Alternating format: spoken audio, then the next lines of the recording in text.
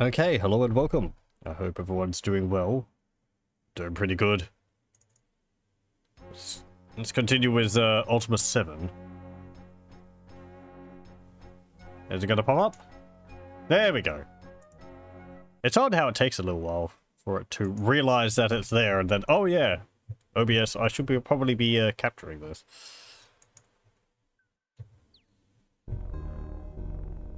Okay, journey onwards. Right. Let's see. What were we doing? We were absconding with some stuff. We had found a sextant, so we could actually tell where we are on the map now. We are up here in Minok? I think it's Minok. Let's see. So that's Trinsic, Pause, Cove, Minok. Right. I'll repeat them to myself so that I can eventually learn up. Oh, pardon me. Learn them off by heart. Ugh.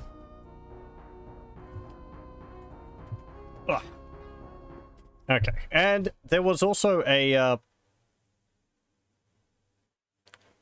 murder which we were investigating here. It seems like, well, it's quite obviously linked to the murder which we were investigating in Jillian. It's very similar. Two people have been murdered and dismembered. And apparently the same ship, the Crown Jewel, was docked here as well, just before it occurred. We also found there was a Fellowship candelabra at the location at the location of the murders. So, I'm sure it's a complete coincidence, and the Fellowship has absolutely nothing to do with this. They seem like a completely upstanding group of people. The ones which we have met are very stellar examples of people. Oh dear. This game does seem to get a bit heavy-handed sometimes. Hello, welcome, Wex. Hope things are going well with you.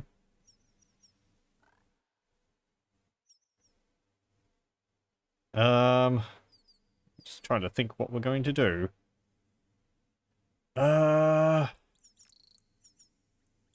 think there's a mine here which we can explore, because I think there's a mine around in these mountains, and people in Cove were complaining that rubbish was coming down the river and befouling this lake here. So I think that's around here. What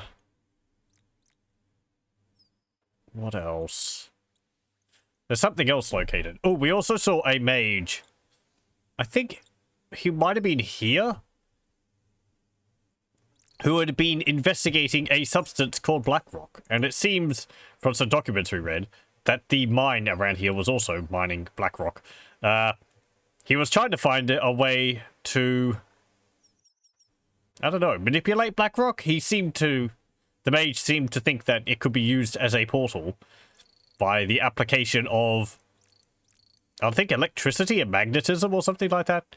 He made a wand to try and achieve this. However, this wand, his wand only makes it explode, which could still prove to be useful. If we want to make large quantities of Blackrock explode, I guess. What's this?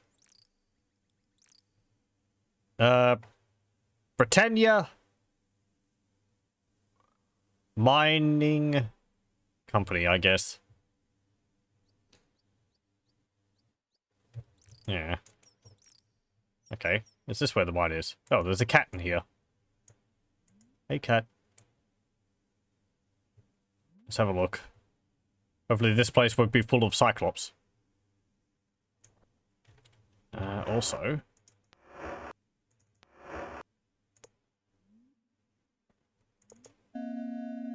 let me cast a light spell. Let's have a look around here. Yes, good job, Jaina. Jana, you stepped on the fire. Huh. Danger, do not enter. Okay. This door here is actually magically locked. There's that little sparkling around the keyhole there. So we can't open that. I think we need a spell which would allow us to open it. What's in here? There's some stakes. And a bunch of torches in a backpack. Actually, thinking of that, I might want to take that backpack, because Jana does not have one.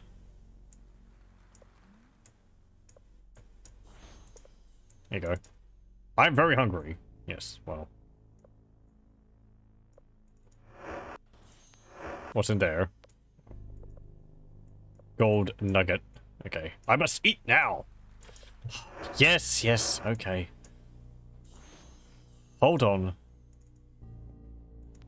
Ah, very tasty. Is that virtuous? Oh, right. I guess someone owns this steak on the ground here. Ah, very tasty. Belch. I must have food.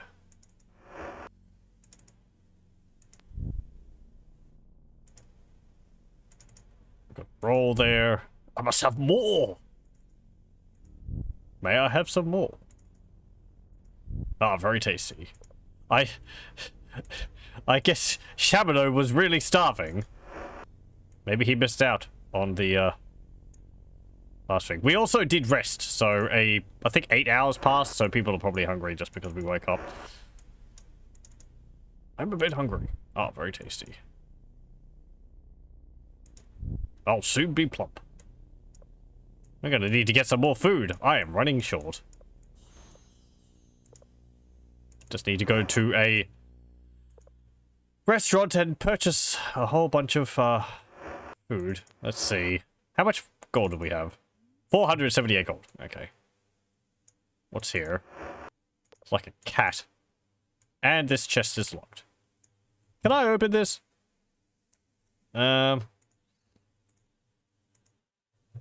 Let's see. Hey, cool. I broke it open. Inside is a won't fit.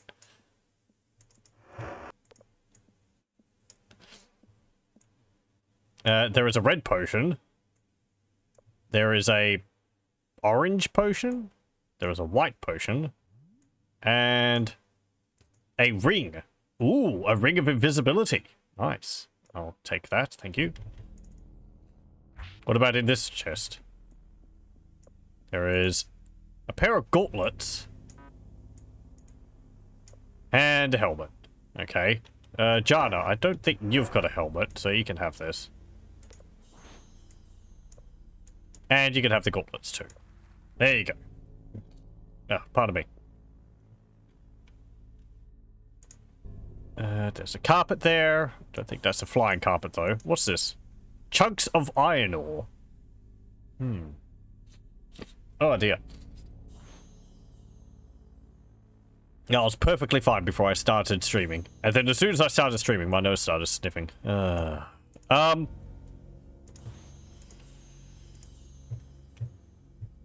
think we could use the iron ore for something, but hello. There's a skeleton under the table. There's a small rock there. What's in this backpack? Oh, hello. What is this? There's a dagger. There is a bottle. No thank thee. No thank thee. No thank thee. No. I am leaving. Oh no! Shabano left. Alright, I suppose thou hast learned thy lesson. I shall rejoin. Yay, thank you. So yeah. Right there's what happens if you keep doing unvirtuous things. I've mentioned before, that's why you have to be careful if you're stealing things. I don't know how it works over time, whether it like resets or something. Or whether they're like their sort of what's it called? Tolerance threshold lowers as days go past, or whether it's like a counter which goes up, and then when they hit the top counter, then it goes, nope, I'm leaving, and then you talk to them and they're like, oh fine, I'll join again. Because there's not really a virtue system in this game, so it's not like you can raise your virtue stats again.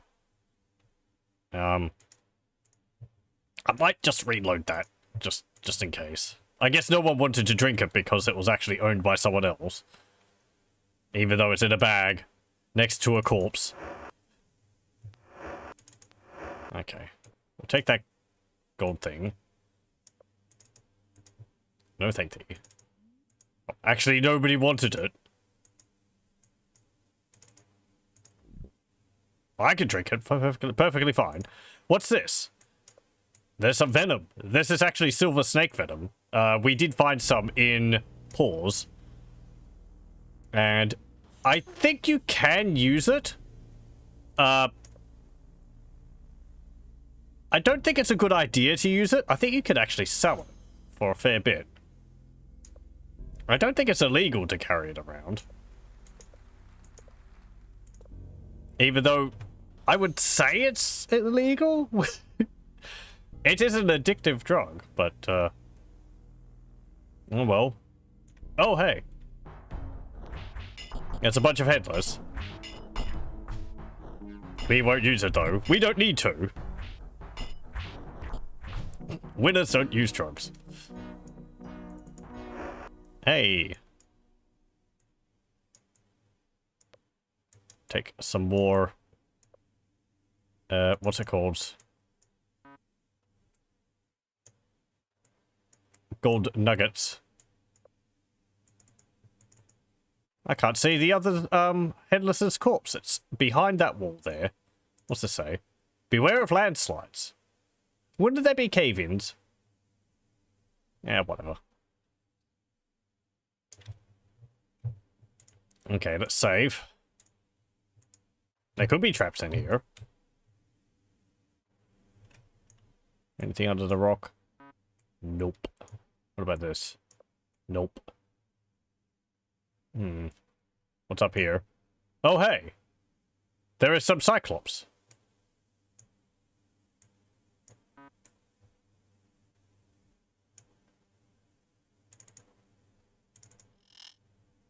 Hello. To the death! Shabado's still just punching them. I really need to get him a weapon.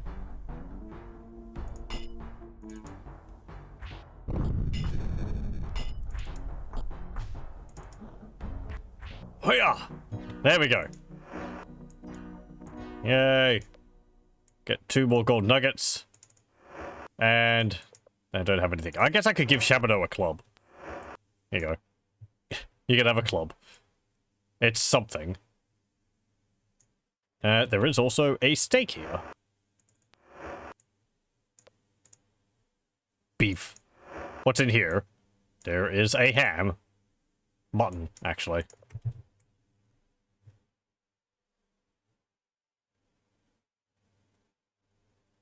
Let's go down here. There's a powder keg. Let's not fiddle with that. I learnt my lesson from the last time, which I ended up killing, YOLO with. I have a bad feeling, yeah. Don't worry. We're not going to be poking it. Yet. Oh no, my light source. I could have picked up one of those torches. Yeah, well. Let's see. Oh. Here's a bunch of torches. Can I take one of these? There we go. Apparently, I could just have it lit in my backpack. No, can I have it lit on my belt? I do like these paper dolls. They are a little fiddly. Sometimes. Where you should put things. And yeah, having a lit torch right next to 3 barrels of powder is a great idea. Let's leave.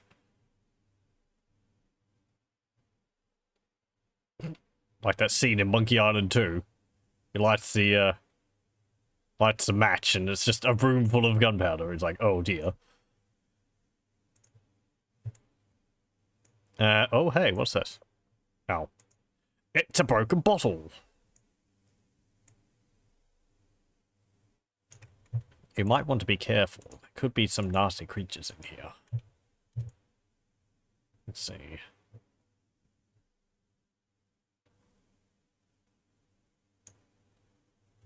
I actually had someone comment on one of my videos on YouTube that they played a MMO which was very similar in style to Ultima VII. It was called... Apparently it was called Tibia, which I'd never heard of, but having a look at some screenshots, it does look very similar to Ultima VII. Sort of the whole... I'm sorry, how did you get through that? I think these are orcs, are they? Or trolls, they're trolls. They got mohawks. Yeah. But the art style of it was very similar to this. It didn't seem to have any relation to Ultima VII or Origin systems, so maybe it was just based on it because they liked the visual style, or just because it was easy to do or something. Hey Jana, I got some boots for you. There you go. You are Jana, aren't you? Yes. Okay. Sling there. Nothing there. I think his head fell off. His head came off. Put that on. There we go.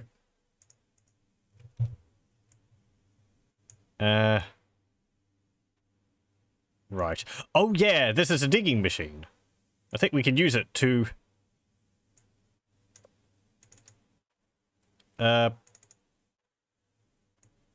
get some ore? How do I use this? There we go.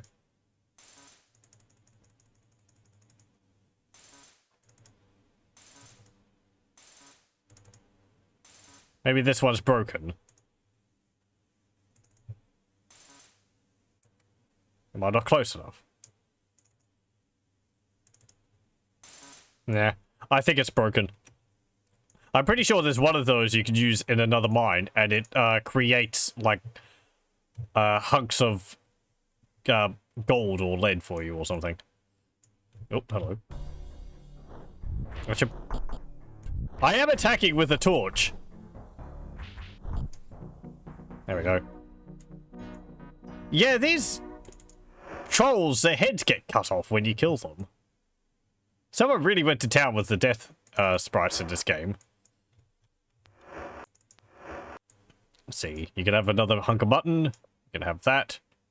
I could actually have someone else equip this. Oh, Jana, put that in your backpack. Yeah, you can hold this torch. You can have that torch lit. And I will put my two-handed sword back on. Extinguish that torch. There we go. Actually, hold on. Won't fit. Oh, right, that's my reagents bag. Drop this bucket. I don't need it. I want to put this... my gauntlets in here, and the ring on my finger. There we go. So we can regenerate. What's on this corpse? Nothing. Just looks like it's a cave-in.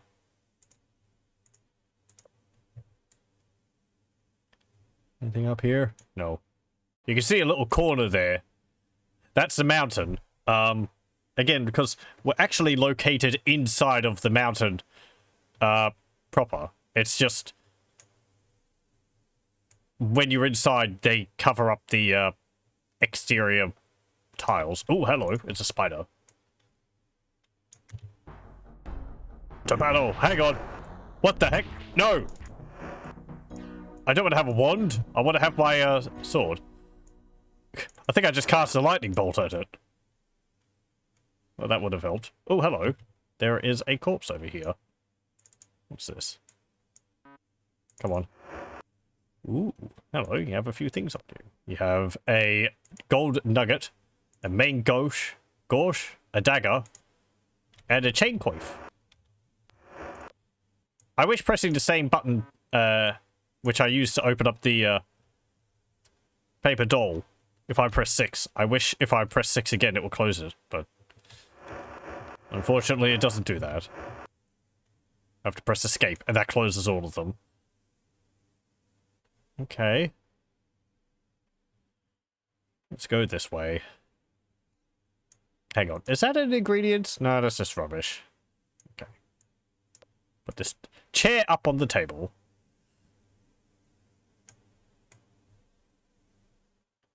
Don't know if there's anything else around here. I could maybe try and destroy that door. Hold on. Let me see.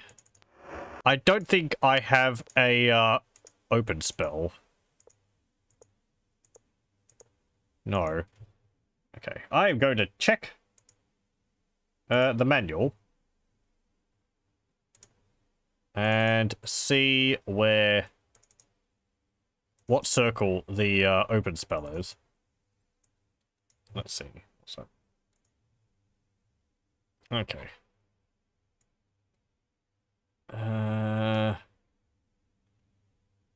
Make it all, create food, in money, in the M. I should learn that. I should learn create food. Garlic, ginseng, and mandrake root. That would make it easier to feed people. I'll have to go back. Probably could get that from Nistel in Castle British. Poison, protect all, sleep, swarm, conjure, lightning, mark, mask, curse, recall, reveal, seance, unlock magic. Explore. This will be one which we'll want to know. I could use that on the door to unlock it. Sulphurous ash and blood moss. Okay. What's this? Charm. Is that what I was looking for? Yeah, magical unlock. Where's the magic lock?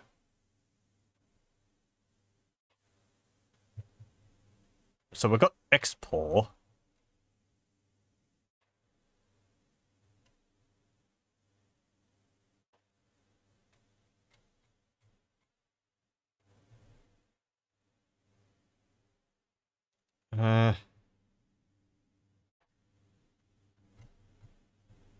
Great gold, death blast, energy field,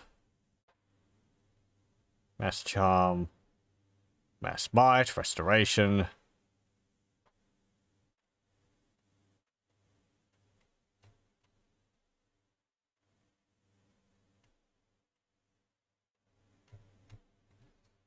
I'm pretty sure there's a spell of lock.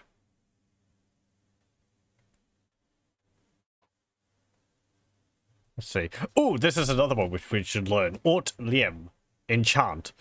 You can cast this on arrows or bolts, and they will become enchanted. And they'll always hit their target and do significantly more damage.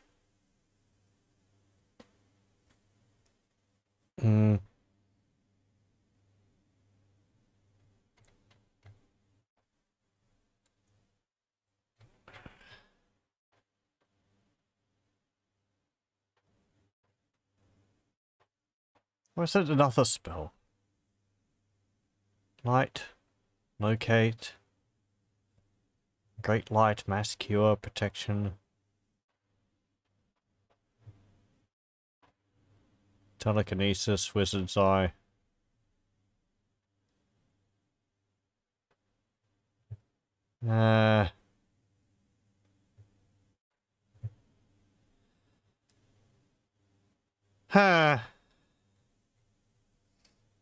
I can't see a spell for that.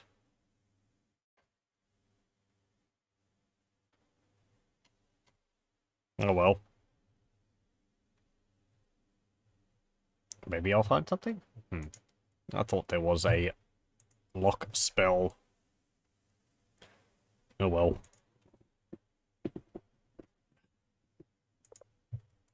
Okay.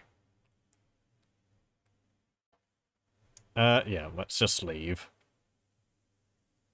And so I think we've done all we need to in this town here. There's also the matter of the statue. We should talk to the shipwright, who... Ah, this is the trader's hall. Let me save. I haven't actually done any training yet. We should probably do some. Let me see. If I...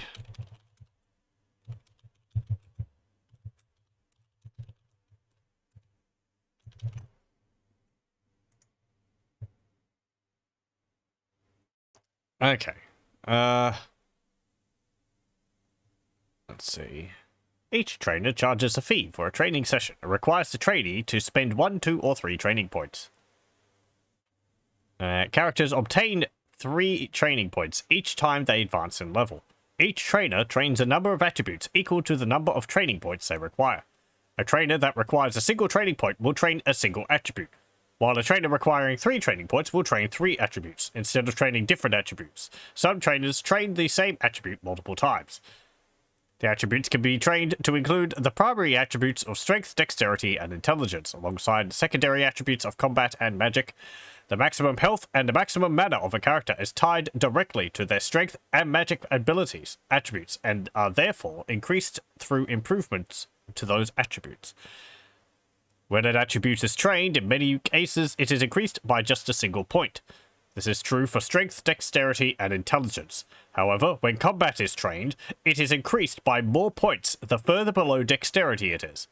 This rubber band effect allows combat to catch up to dexterity, with only a small amount of training. Similarly, magic works in the same way as combat, but with intelligence as its governing attribute instead of dexterity.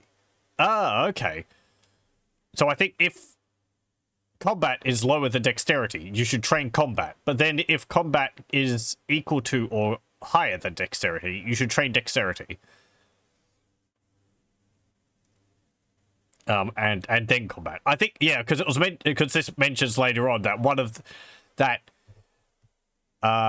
trainers which train multiple attributes, say strength, dexterity, and intelligence, I think generally they'll train dexterity first, but I think there's one trainer in the game which trains combat first. Yes, here we go. So there's one trainer called Chad. Unlike all other trainers that train both dexterity and combat, Chad trains combat before dexterity. And then there's also another trainer, Jillian. Unlike all other trainers that train both intelligence and magic, Jillian trains magic before intelligence. And they're both located in Moonglow. Jillian trains magic and intelligence. And Chad trains combat and 2 points of dexterity. Okay, so if we have a look at... We are in Minok, so this is Jaka and Karena. They both charge 20. Karena will train combat and dexterity, however, because we what we read, she will train dexterity first and then points into combat, which means that you won't get... If your combat is lower than your dexterity... Hang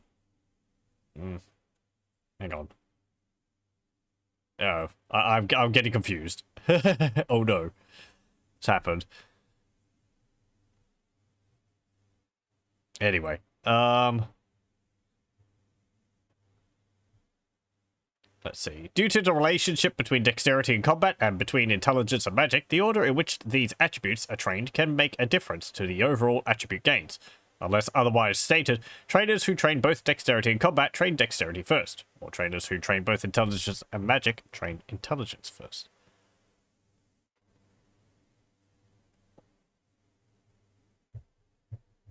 I mean...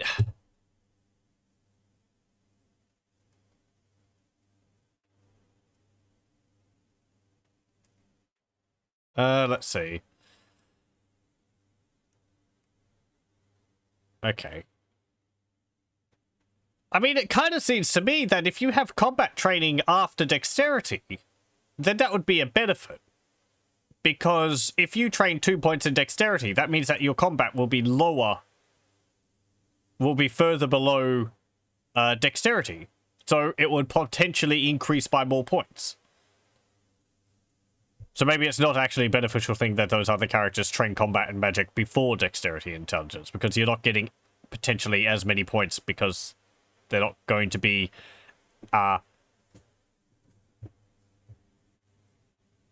because the difference between combat and magic between your dexterity and intelligence isn't going to be as great.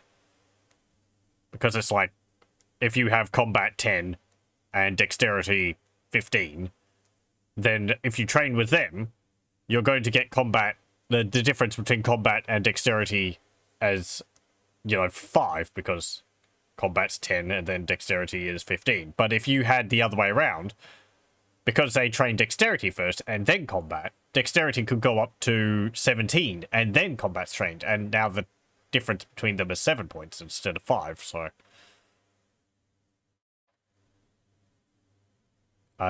maybe, I think. All attributes have a limit of 30. If an attribute is at its maximum and a training session would normally train it, it is skipped and the training point cost is reduced. For example, if a character with 30 combat takes a session with a trainer who trains strength, dexterity, and combat, only strength and dexterity will be increased at a cost of only 2 training points instead of the usual 3. The combat increase through dexterity training will not take place if dexterity is at its maximum. Okay. Oh, okay, so sometimes training dexterity can also increase combat, as aside from just training your combat.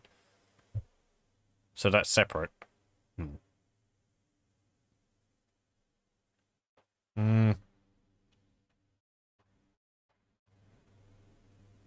There's the actual formulas on this page here.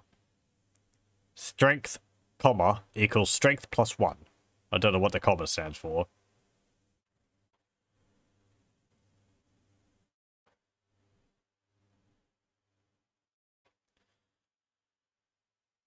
Let's see. Examples. Iolo starts with the following dexterity and combat attributes. Dexterity 19, combat 19. A training session with Coretta involves 2 dexterity trainings followed by 1 combat training. After the Iolo's attributes become dexterity 21, combat 22. If Iolo instead trains with Chad, who trains combat once before the 2 dexterity trainings, his attributes become dexterity 21, combat 24.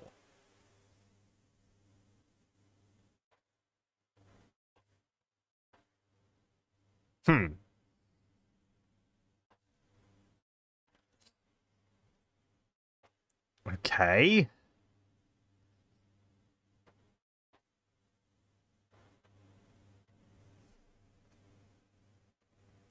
Let's see.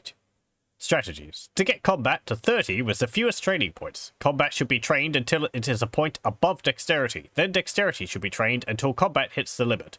If, however, the aim is to reach 30 in both combat and dexterity, the extra training points spent on boosting combat above dexterity is a wasted point.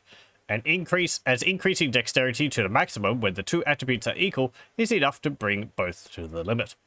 As training intelligence does not increase magic like dexterity does to combat, increasing intelligence before magic causes a widening of the gap between the 2 attributes, and therefore increases the efficiency of the magic gains due to the rubber band effect.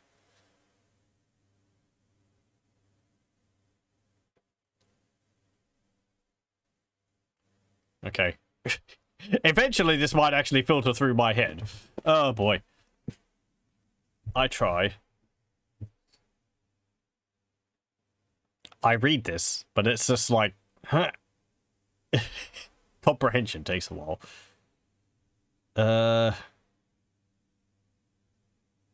People are going to get very frustrated. It's so simple. Why aren't you understanding it?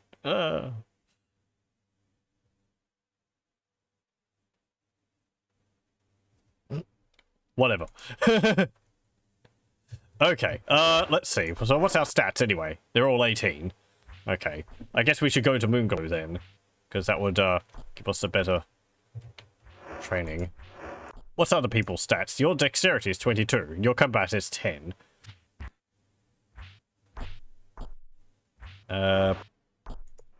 Yours is 20 and 16. 19 and 19. 21 and 16. I mean, I don't know. Let's see. Job? You're a teacher. Teacher. I teach a singular skill, which enables one to learn all the lessons life. You train? Yep. Which you wishes to train. Spark. You pay 20 gold and a training session begins. Corinna leaps like a panther around the padded mat of the training ring. Her movements are so fast, they are a blur. She attacks. At first, she lands her blows at will, causing stings of pain that send Spark reeling. But as the session progresses, he finds his reflexes have been sharpened noticeably. I thank thee for a fine practice session. Thou wilt be back, she grins confidently. There we go. Bye. And Spark's stats have increased. Let's see. Dexterity is 24, combat is 18. I don't remember what his stats were beforehand. 24 and 18. Let me write.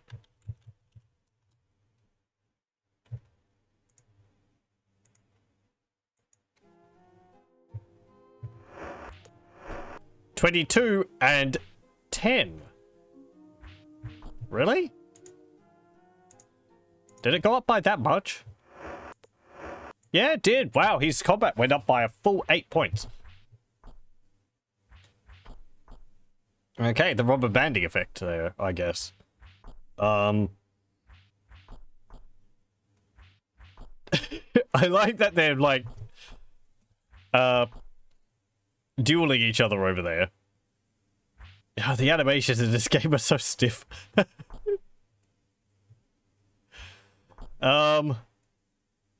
Let's see. Yeah, I mean, your dexterity is nearly max, because maximum dexterity is, well, maximum of any of these stats is 30. For one training session, that was pretty good. And you've got 9 other points. Let's see. So the other one, Jakar, he trains strength and intelligence. Okay. And he only takes 2 training points. Well, I think actually that would be fine, wouldn't it? If I wanted to boost someone's strength and intelligence. Yeah. Hello. Name. Job. Cute. Said I was cute, did she? Yes, I have known her. I have known she has had her sights set on me for years. Yeah. My price is 20 gold. Yes. Spark. Jacka's eyes glow bright as he begins to explain some of the strategies used by great military leaders in awesome battles fought in ages past. He whispers to Spark conspiratorially as he draws maps in the dirt. After some time, Spark can practically feel some of the shrewdness starting to be absorbed. I look forward to thy return. Okay. Let's see. Strength is 15, intelligence is 19. I think that's gone up by 1 point each. So, not as much. I think she did train dexterity twice, so I guess it's not not as important, I think, for the other people in my party to train their magic. I think mostly the Avatar's the one who's going to be casting the spells. They've started moving out of the house. Their duel has taken them outside.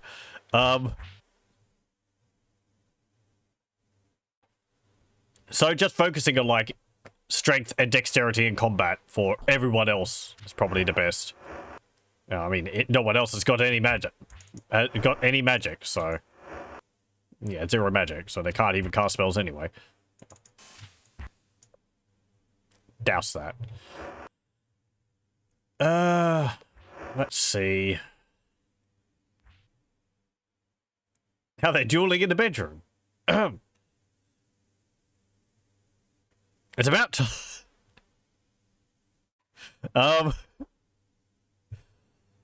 Let's see. Yeah, okay. Right, let's leave.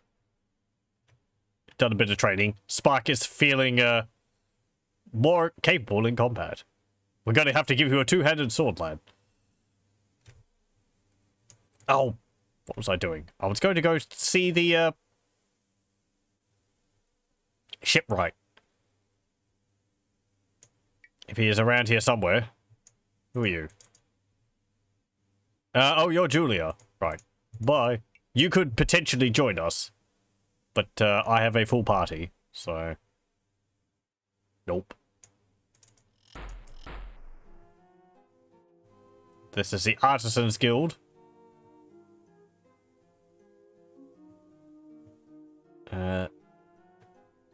This is... I think this is like the town hall. Oh no, this is the tavern. Try the ale. Hello. I want food. Job. Be the barkeep. Sure. Buy. We have a cornucopia. We have a cornucopian variety of elixirs to quench thy tongue and gourmet dishes to appease thy palate. What would thou like to buy? You have cheese, mead, grapes, silverleaf, bread, ale, and wine. Bread. Bread sells for 3 gold for a loaf. Dost thou still want it? Yes, we can make it for free, but... Give me 10. That's 30. Done! Eat hearty. Nope. Bye. Very nice in this game is that if you purchase food, they just stuff it into your backpacks for you. So you don't have to, like, pick it up off the floor if you're over encumbered. They just find the space for you.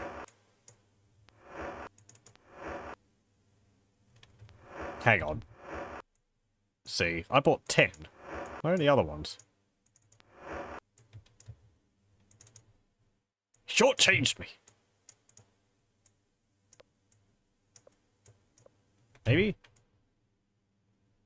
Oh well, whatever. More food! Have Sal decided? Yes, yes, I've decided on more food. Job. Buy. I don't know. Some cheese. 7 gold for Will. Nope, that's too much. I mean, it'll be more filling. So, yeah, sure. Let's buy some cheese. Done. Nope. Buy. There we go. Okay. Who made this slop?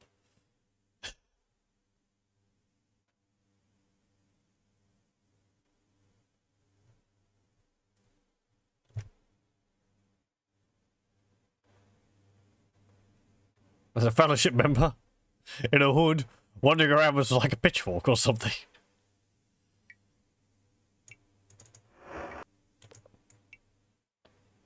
Is that a gold nugget? No, that's a bell. Where is this damn shipwright's place? Is this it? This is the mayor's place. Oh, Avatar. Good to see thee again. Yeah, bye. I've already talked to you. Let's see. Can I see on the map? The coast is over there, so he's probably next to the coast. My stellar deductive skills.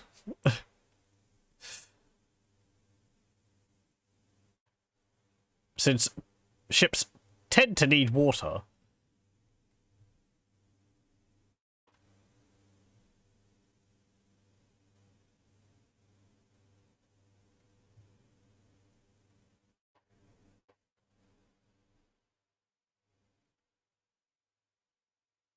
Over here? Hey, there's a ship.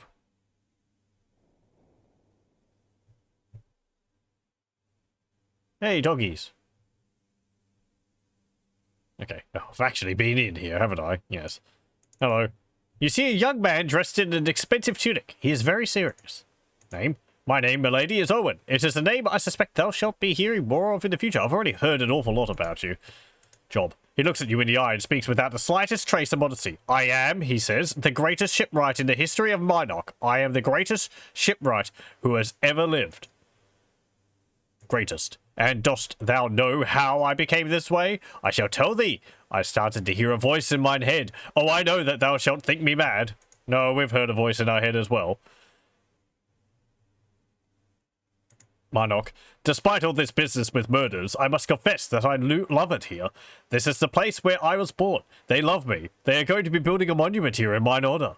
I suppose I have been worthy of it. But still, I can't help but be flattered. Crown Jewel. The Crown Jewel was in town and left early this morning. It was scheduled to sail for Paws. Huh, okay. Hook. I saw a man with a hook for a hand wandering around town last night. Mad. After searching for a meaning to this voice, which proved difficult, for how dost thou tell someone, especially a stranger, that thou art hearing a voice in thine head? I came across the fellowship. They taught me what the voice was. I wouldn't worry about it. I've had so many, like, dreams of ghosts talking to me. It's just kind of passé at this point. Voices. These were not the voices of anyone I have ever known, but still, these voices have a profound effect on me.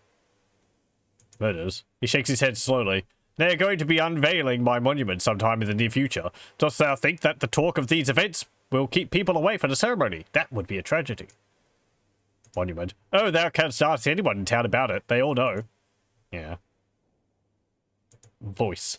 This was the voice of reason within mine own mind, which sought to guide my life in its proper direction. The fellowship taught me how to trust this voice and heed what it says, and thou canst see the results in mine own life. The fellowship owned this voice, eh?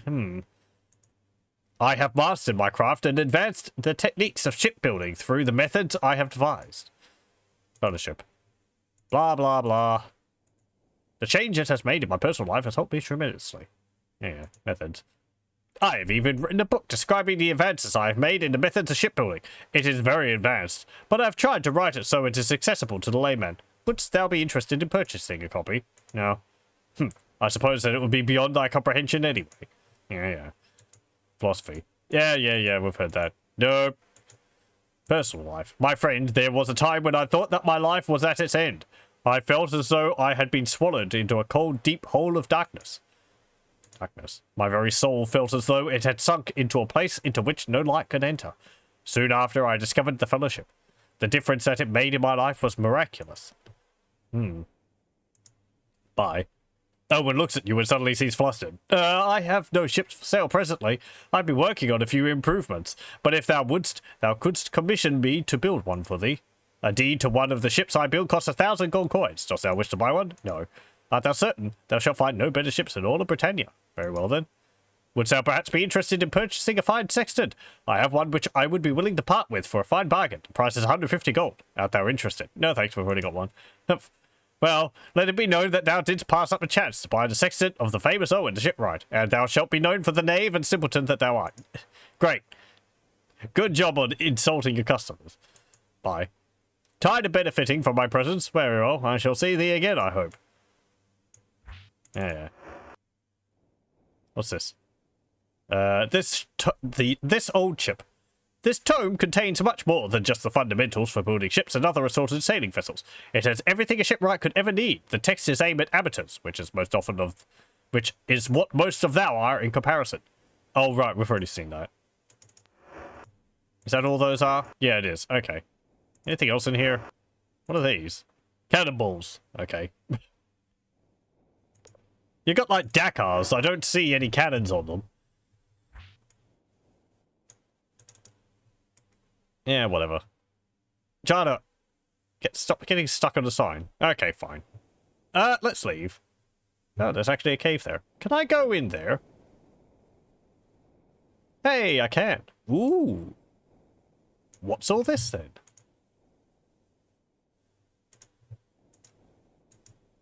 I see treasure. It's mine now. Ooh, cheese. Belch. I'll soon be plump.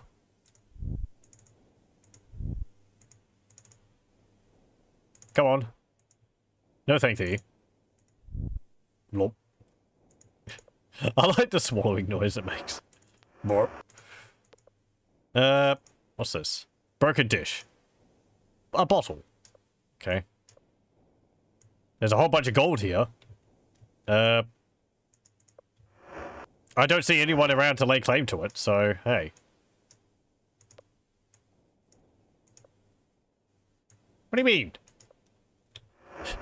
Shove it in there.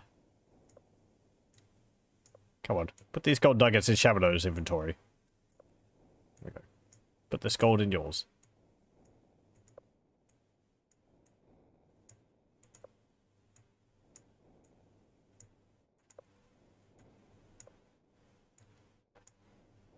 Four gold coins. 4 coins. 3 coins.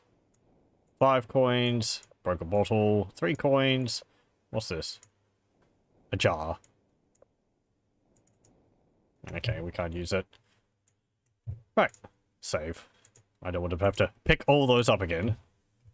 I have a bad feeling. Yeah. What's this? Debris. It looks like a campfire. Oh, there's a skeleton. There's actually 2 skeletons here. In 3 parts.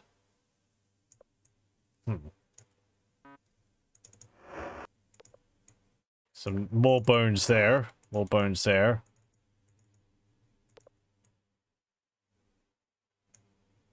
What's in this crate? Huh. Ooh, hello. It's a magic gorget. There's a bottle there too. And some wine, I think. And some kitchen items, which is flour. So, you know.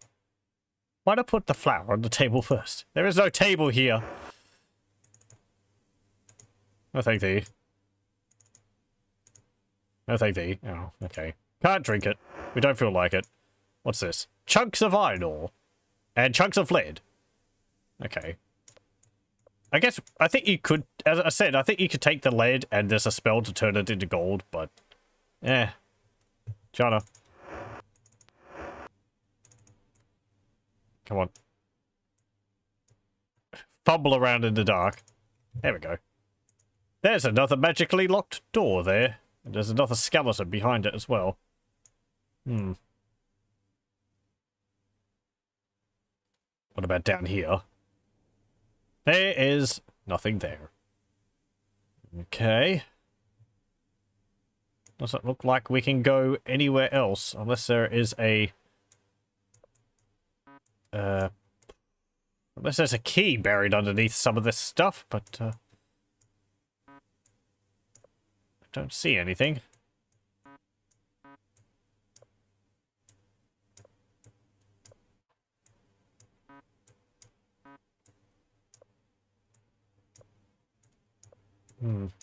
I like that you don't have to be too close to what you want to move around.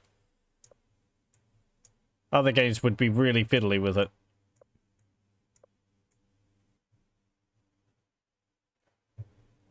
Perhaps they tried that and they realized it's just like, it's not fun. Okay, we can't actually go over there. Or from this angle, at least. I can't walk over the water.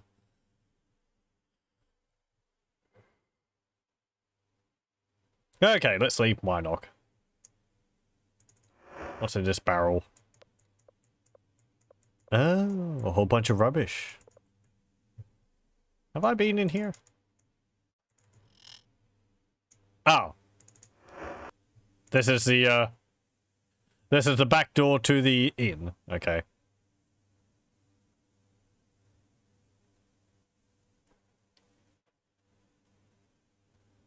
Let's wander over this way. We'll follow the shoreline. Maybe there's something along it. Ah, there's the docks. And there's a bunch of birds. They all just like spawned on the one spot and flew off.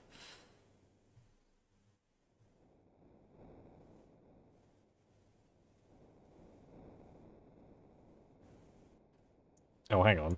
Did I? No.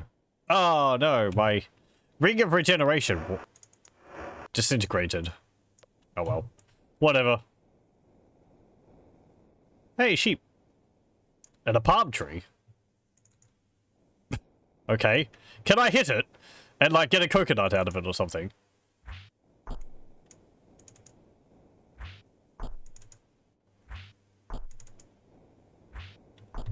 No? Okay. Oh, I think that was the torch burning out.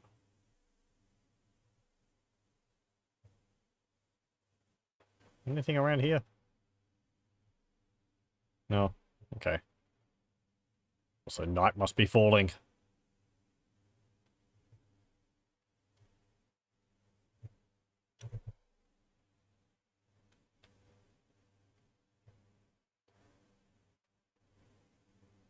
Okay, let's go. That food smells good. You've eaten. Can we go around this side?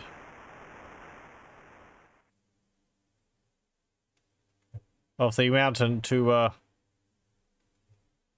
find that cave? Oh, hey, there is actually a, This is the Minok Mine. Oh, thanks.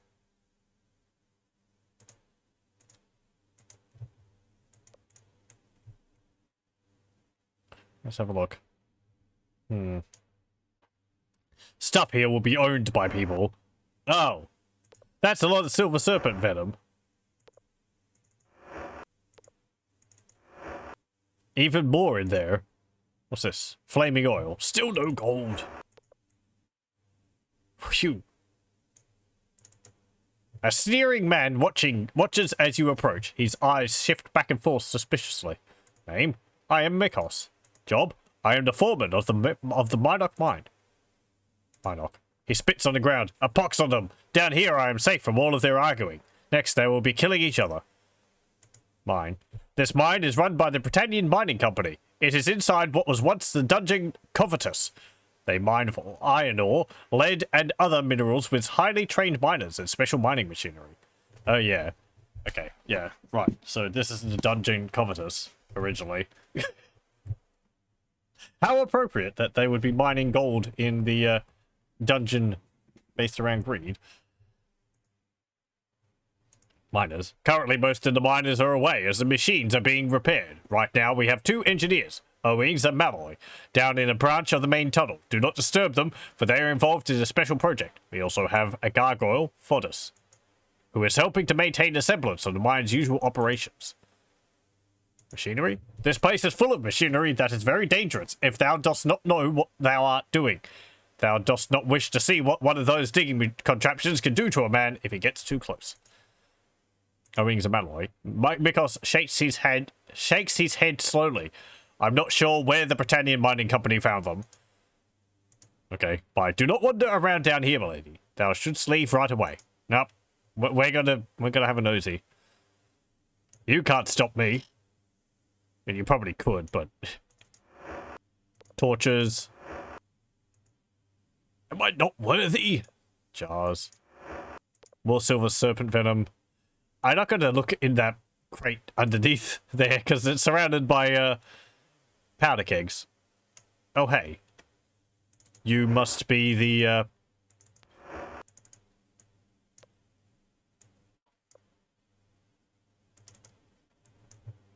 No. Right, you have the, spent torch in your hand still. There we go. You see a wingless gargoyle with a terrible skin disease. It looks as if his face is falling off in patches. Oh, yeah. Ugh. Name? To be named Fodus. Job? To be a digger in the mines. To be looking for iron ore and lead and the secret ore. Oh, you mean black rock. A wave of delirium passes over the gargoyle. To be going back to work now, Mikos. To be working hard. To have no need to give me any more of that the silver fluid.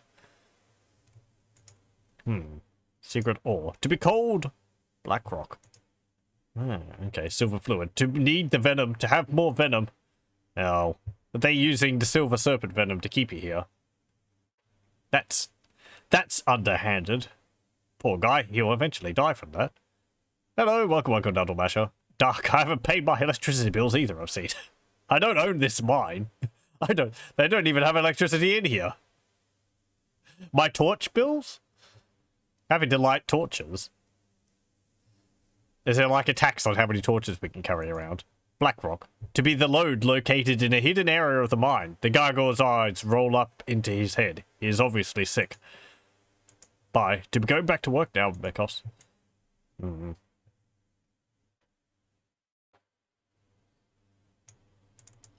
We'll have to have a chat to Mikos afterwards. Anything down here? Just rubble.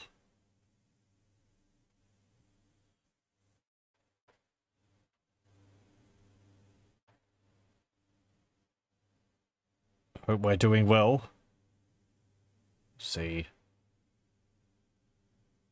I don't really know where we're supposed to go here, so we'll just wander around until we find something.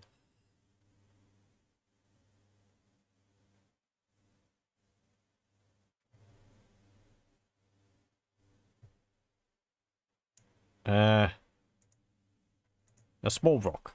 Debris. Can we do anything there? No. Okay.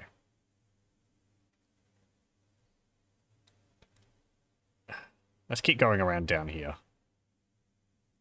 Oh, hey, here's one of the digging machines.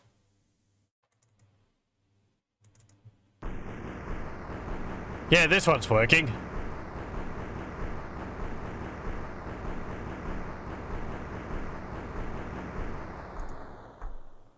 Yeah, see, it's creating chunks of lead. And then you could turn that lead into gold with a spell.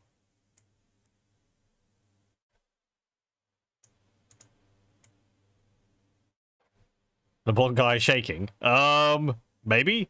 They kind of wiggle around the place when they're trying to keep into place.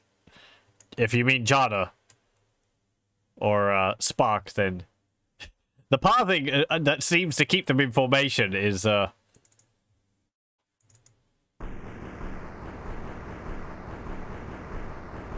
it seems like every step they take, they check to whether they're in position.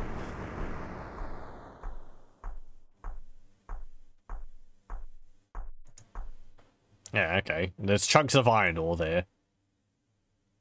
That could be useful. I don't know whether you could do anything with that. Maybe you could use it to forge a sword or something. Oh, hey, what's this? It's a rat. To battle! Wonk. Poor rat.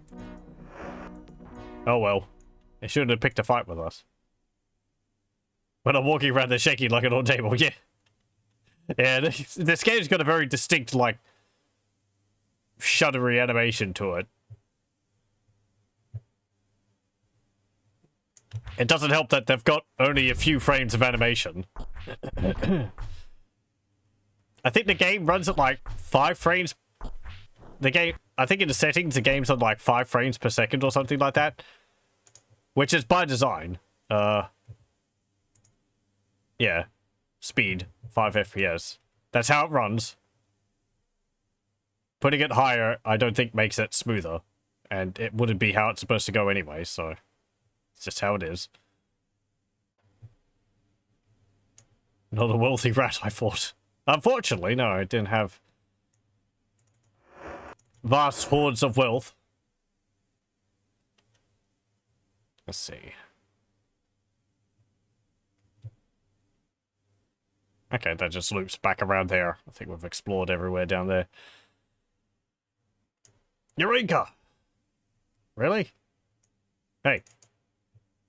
Heaves his shoulders aside. What dost thou want this time? Silver fluid. You repeat the words to Mikos that you heard Fodas say. Mikos gives you a shocked look. I have no idea what he's talking about, but I would say it is typical for a gargoyle. Just try and shirk off his duties, say. Say, thou hast better leave this place if thou is spending all thy time disrupting the work of the mine. Can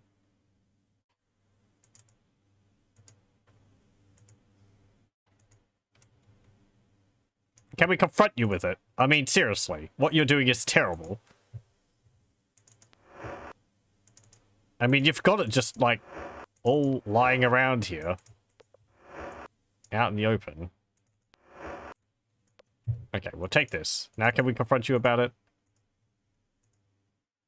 Bah! I guess unless we, like, dispense justice, but... don't know whether he's important for something later on.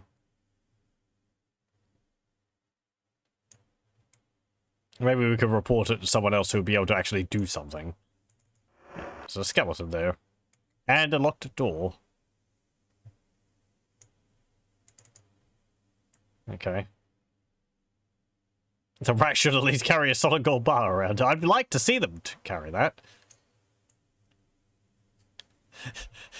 It'd be one of the higher level rats, probably. It's got a higher strength rating. Or maybe it's Sherry. Yeah, she's a mouse, not a rat. Couldn't find the other two people that are in here. Let me have another look. They might be behind a locked door. Oh, well, we didn't go down here.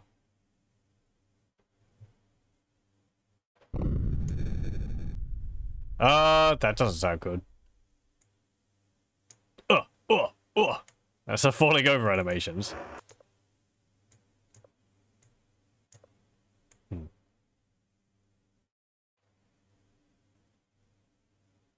Okay. I don't like the idea of having earthquakes while you're inside a mine.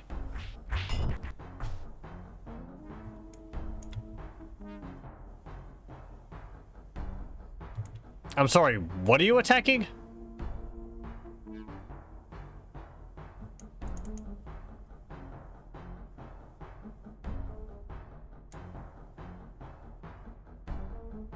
There's nothing around here. Oh, hello, here you are. More silver serpent venom. Before you is a skinny man with a silly smile on his face. He is holding a lantern in one hand and a dirty spoon in the other. My name is Owings, he says, giving you a rapid up and down handshake. Pleased to meet you. Normally, I'm digging, but as of late, I cannot seem to find my partner, Malloy. So I suppose my job is to look for him. I wonder where he has gone to. Job. Good day, Tizzy.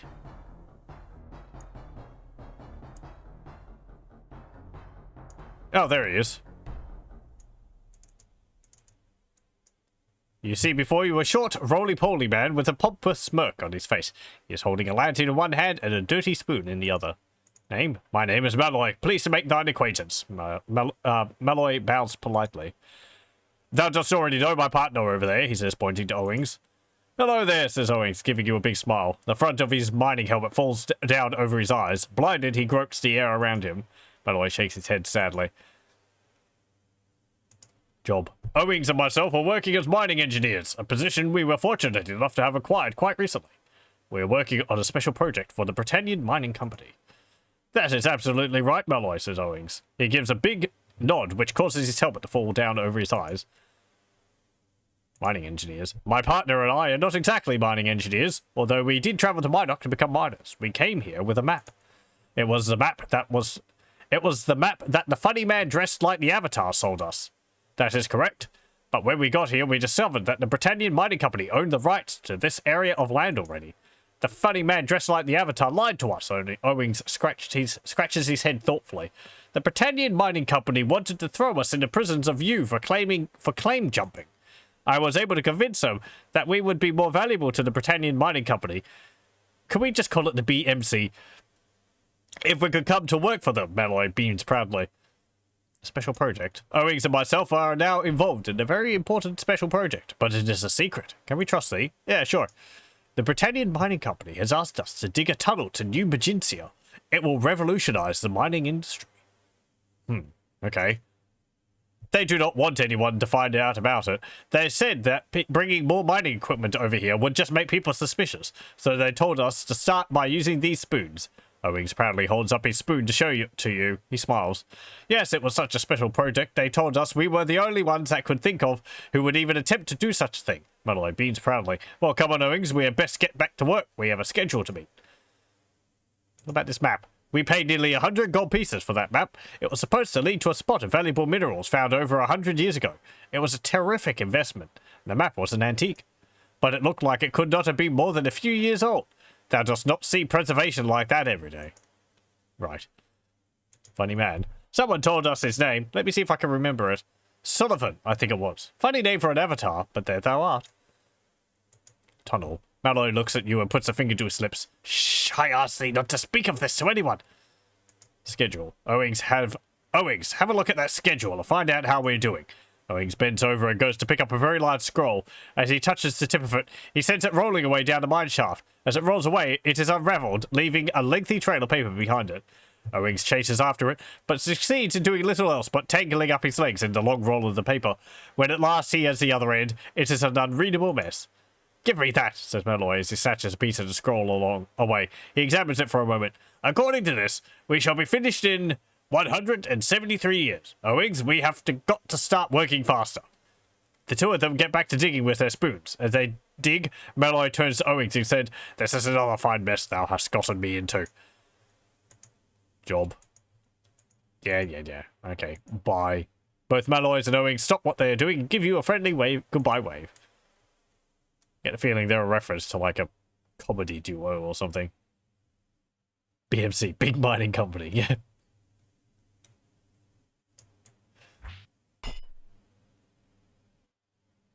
Oh, hey, that's alright. There we go. Okay. I think that's about all that we can do in here. Without a way to open up those locked doors.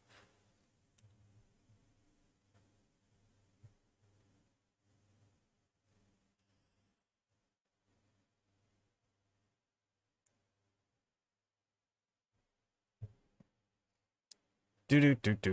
Yes, this is the Minoc mine. We were just in there. Mine party has the memory of goldfish.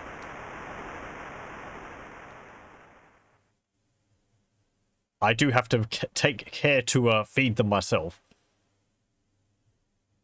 Hello. You got anything around here? Cloth and a chest. Hey, there's a cave here. What's in here? Okay, so they're searching for black rock over there.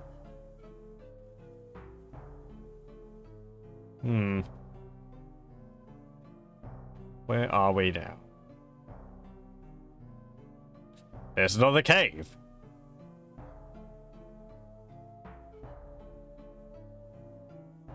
Just keep going up the coastline here, I guess. Hardy and Laurel, probably the reference. Yeah. I have no familiarity with them, but I would assume so. That sounds familiar.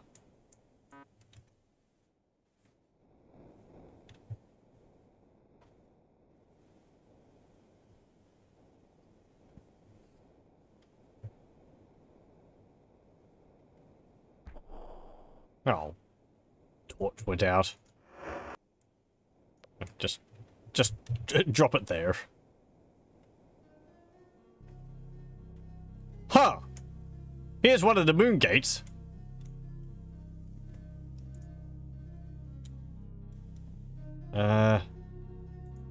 Traps? Let's see. If we go in this... we teleported. And where are we now?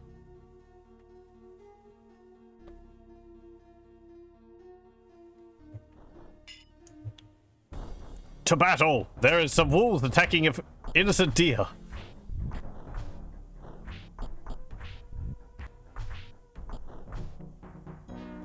Okay. Actually, instead of fumbling around at night, let's, where's my bedroll? I can't see my bedroll. It's too dark. Hey.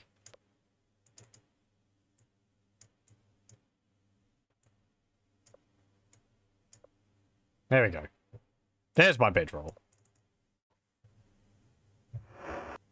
Right, extinguish that. How many hours should we wake thee? 12. Pleasant dreams.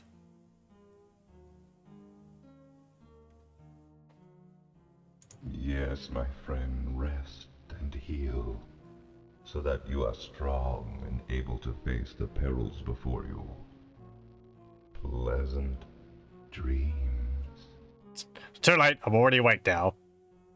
Alright, time to continue thy quest. Okay. It's very difficult to talk when someone's talking to you all night. Very difficult to sleep when someone's talking to you all night. Oh well. Let's head on. Where are we? So we used the moon gate. Oh! Okay, so we went from, like, here. And we teleported down to here. We're actually south of, Trinsic now. Okay, then. Fine. There is actually something around here which I could go and pick up. Let's see if I can find it.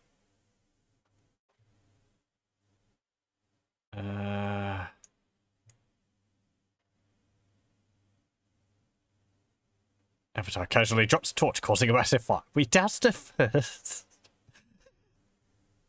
I hope we did. We should dunk it in water first to make sure it's completely out. Only who can prevent forest fires? Let's see. Where is it? There's a specific tree I'm looking for. That's a cave with the unicorn in it. Only Beckhead.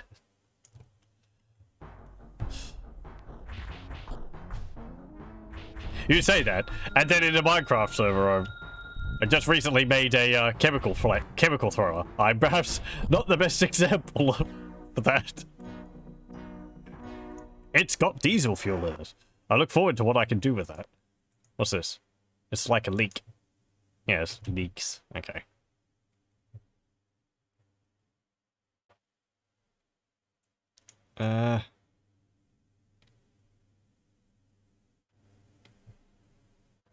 Let's see. Ah! This is the tree. So, can you see it? It's very well hidden. I think you're just supposed to stumble across this. There's a chest there. It is locked. And I don't think there's a key for it. So we'll just smack it open.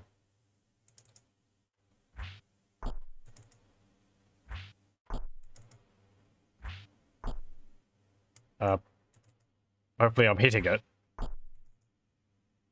Curse thine offspring. Yes.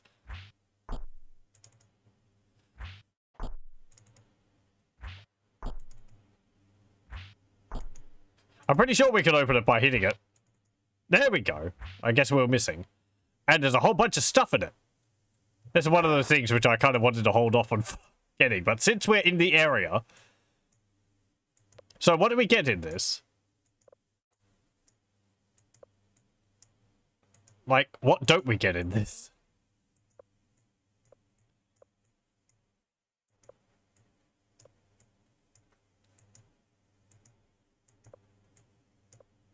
Again, this is kind of what I mean by the game likes undermining its own progression frequently.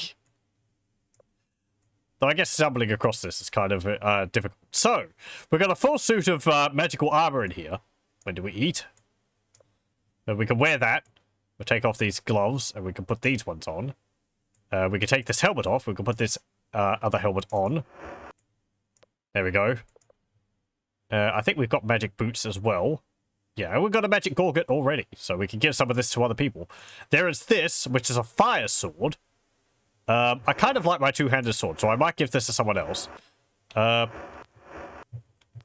I can wield it.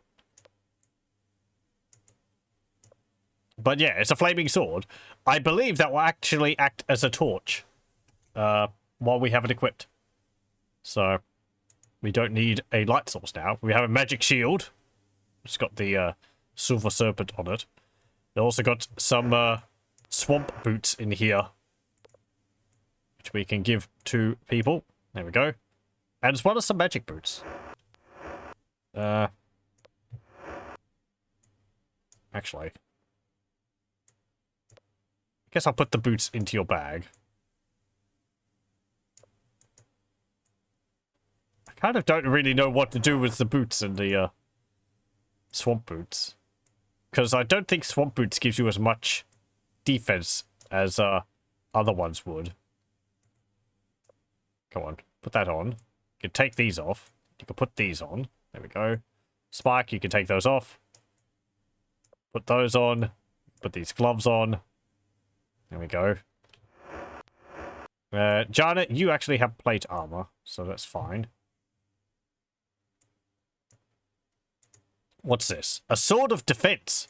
Oh, right. We might actually use that. That one isn't on fire. but I believe that makes it harder to hit us. So that will be useful. Everyone's complaining about being hungry. Okay. Hold on. Feeding time at the zoo.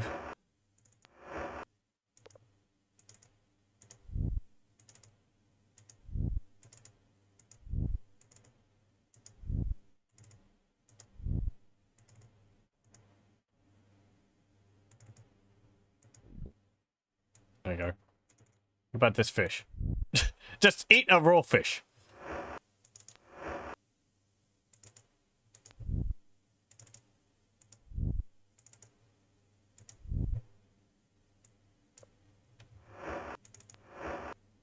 Anything else? How much gold have we got?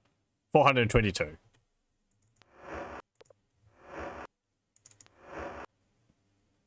Oh, there is some... There's a chop in there. No thank thee. Wow. Okay, you're full. Good. Sentry. Okay. Jana, do you have anything in your bag? No. Okay.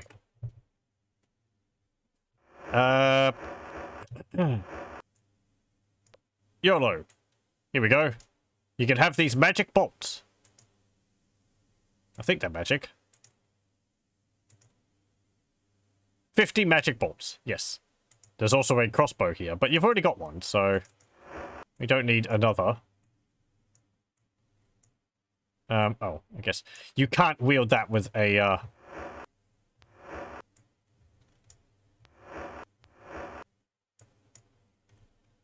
Right, let's see. I'll get you to drop the halberd. And you can be equipped with the flaming sword. You can have the shield. I said you could have the shield. There we go. There's also a ring. A ring of invisibility. We've already got one of those, but we'll take this one as well. Oh, hang on. There's actually multiple rings. Ring of invisibility. What's this one? Ring of protection. There's another ring. Ring of regeneration. Nice. I'm going to read up. Let's see. What's the ring of protection do?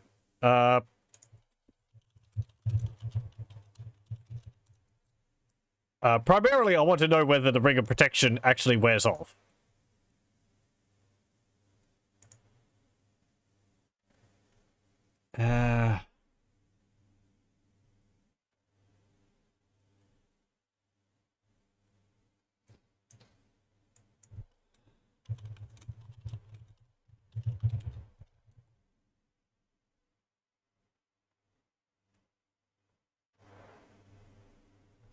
Hold on.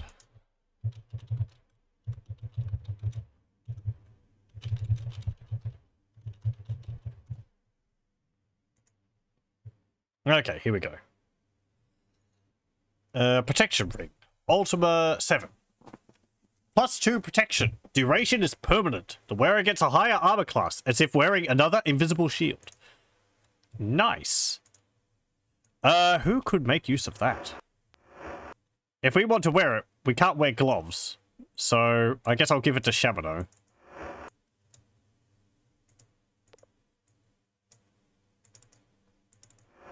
Where is it?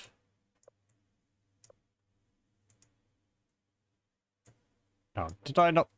Yeah, no, I didn't pick it up. Okay, put those in there. You can put this ring on. There we go. What else? I guess there's just a gold to pick up. 100. 200. 300. 400. 500. 600. 600 gold. Let's see. Okay. And Shabano, you can have that helmet. You can have that armor. Jana, you can have the chain armor as well. Okay, let's actually swap these pants around. You can have the ones and you can have those. Okay, I think everyone's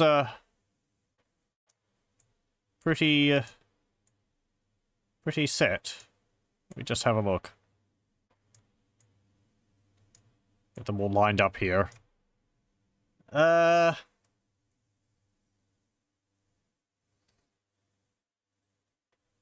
Spark's combat? 18. Strength is 15. What's Shamano's? 16. Spark's actually better at combat than Shamano is. It's got lower strength, but higher dexterity. I might actually give Spark a give Spark a halberd, since, well, there we go. Or I can have my two-handed sword.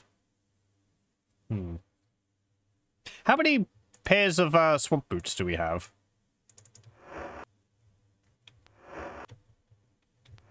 Let's see.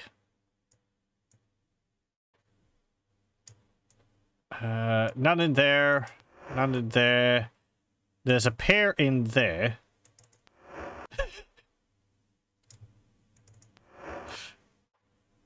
And a chair as well. Okay, so we've got 1, 2, 3 pairs of swamp boots. Actually, take those off and put them on Shamano there.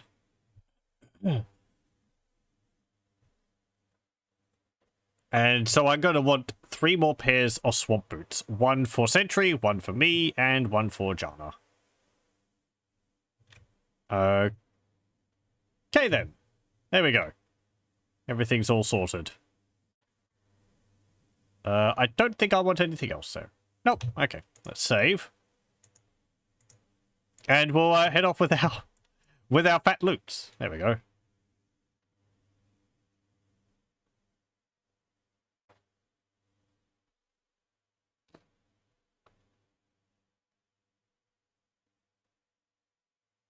That'll help tremendously. I was able to hold off until like the 3rd session before we ended up getting a treasure stash. Oh well.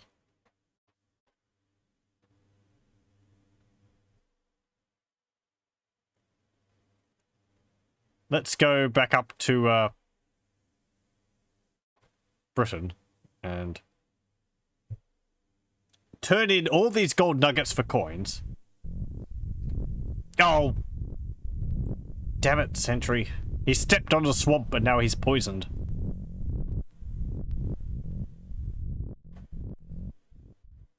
Let's see. Do I have a cure poison spell? I do. Undox! There we go. That's why I want swamp boots, because otherwise that happens. If you go into the swamp, you've got to wear your wellies. I think I could just keep going this way.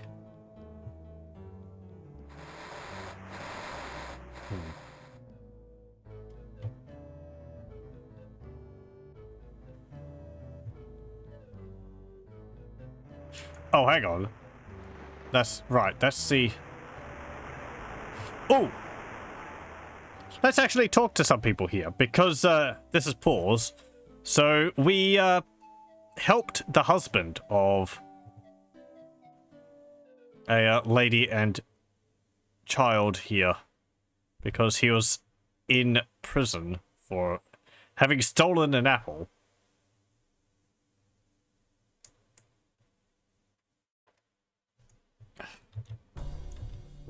Wait, what? What are we attacking? Oh!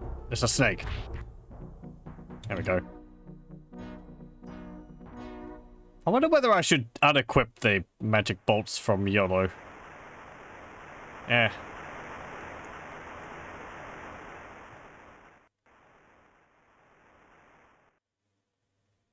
Okay, I think this is... Yeah, here we go. Right, so... Hello? Good day, milady. Aim, you are Alina. You're waiting for your husband, Weston. Weston. Good news, milady. My husband was pardoned by Lord British. He even provided Weston with short-term employment, so that he may return to me with money enough in his pockets to feed us for some time. Excellent news, no? It is very good to hear. Ah. We have done good.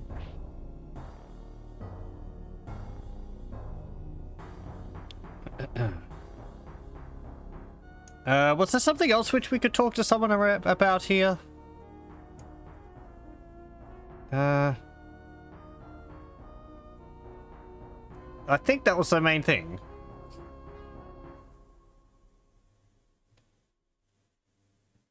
Okay.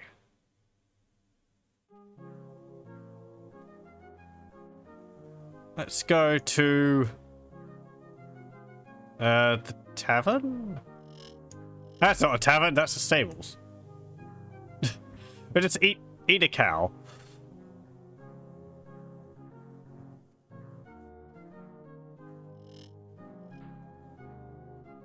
If we used our flaming sword, maybe it would be cooked if we killed it. I think there was a game where you could actually do that. See a sturdy-looking farmer's wife. She gives you a hospitable smile before returning to her chores. Name? I am called Kelly, my lady. Job? Mine husband Fred and I run the farmer's market. Fred. Mine Fred is one of the most respected merchants in Britain. He sells the eggs and vegetables grown by Brownie and Mac, as well as exotic imported fruits. Farmer's market. The farmer's market is where most of Britain buys its food. Why, even the people in Paws will come here to buy eggs and vegetables. Fred has never raised the price of anything since opening this market many years ago. Eggs? Farmer Mac's chickens lay plenty of eggs. It's a good thing the people here have such healthy appetites. Fruits and vegetables. We sell those mostly to older people. Thou dost know, I'm sure how children do not like to eat the vegetables. I find it mostly depends on how they're prepared. Some people do not want to keep a lot of fruit in their home, as they are afraid of attracting fruit flies. Okay. I perhaps don't eat as much fruit as I should. Brownie. Brownie is a good man. I do hope he runs for the mayorship again. If he does, thou must be sure to vote for him. Mac. I do believe that poor old Mac has been cooped up with his chickens for too long. He is a good person. Do not be put off by the strange stories he doth tell. He rarely ever sleeps, as he spends most of the night staring at the sky.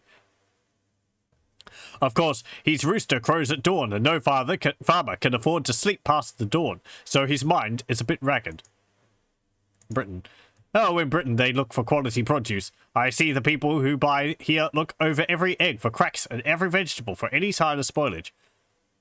Pause. The people in Pause are always short of money. Mine heart goes out to them. They are always looking to buy the least expensive items, for it is all they can afford. Buy. Wouldst thou like to buy some eggs, fruit, or vegetables? We have plenty of delicious fresh eggs here for thee, and our vegetables are sure to keep thee in good health. Sure. I'm sure we have something here that will be to your liking. What wouldst thou like to buy? Eggs, apple, banana, carrot, pumpkin, grapes. I don't know. Bunch of carrots. A carrot sells for 3 gold. We could buy them in, like, Paws for, like, a stack of 3 for 1 gold. Yeah, sure. We will buy 10 carrots. Thou wilt indeed be pleased with thy purchase. We have only the finest produce. No thanks. Bye. Hello again, milady. Oh, we've already talked to Fred. I sell meats here. Meats. Sure. Yes. Beef, fowl, ham, trout, flounder, meat on the spit, dried meat. Dried meat. 2 gold for 10 portions. Yes. 5. I will carry some. Oh, good. Because we couldn't carry it in our inventory, Spark spoke up to put it into his inventory. There we go, we've got food. Let's feed people again. It's time for carrots.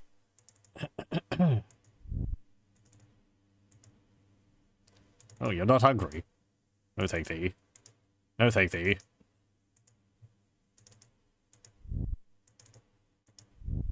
Nom nom nom nom. We're just scarfed down. How many carrots? Wow. I just ate like 20 carrots.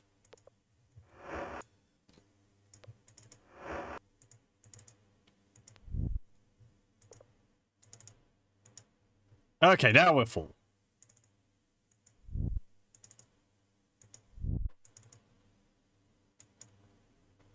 Spark. Okay, good. Everyone's full.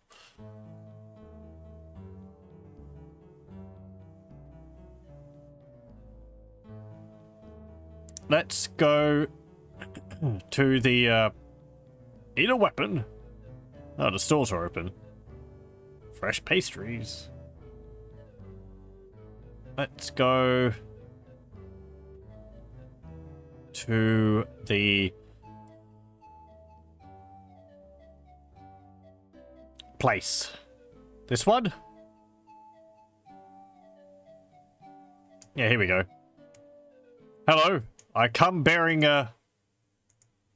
exchange. I come bearing gold nuggets. Yes. We can exchange thy gold nuggets and bars into spendable coins. I'll give thee 10 gold coins for each gold nugget. And here are 350 gold coins for thee in return, my lady. I thank thee for thy business. Okay, bye.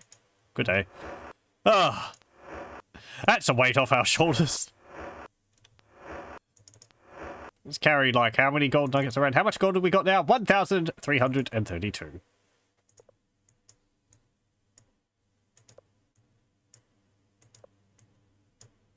Inflation? What's that?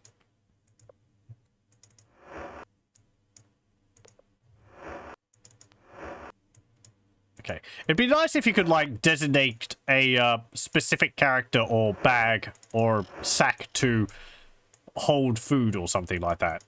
So the game would default to, like, putting it into, like, a bag here or there or something like that. Make it a bit easier to organize this all. Might have to spend some time off stream just organizing everything. Because it's all over the place. I do like the interactive sort of clicking and dragging of the inventories.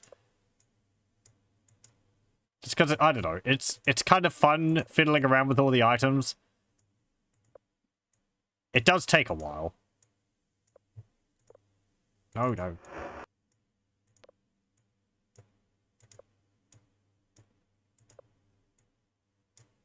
Maybe if you could, like, click and drag to highlight multiple things and then move them all at once. Okay. Do you have anything in there? Nope.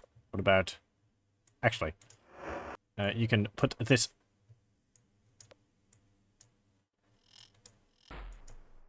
Oh, we've got actually 2 gems. Don't need that. There we go. You can have that sack in there as well. Okay. You don't have anything. You've got some gold.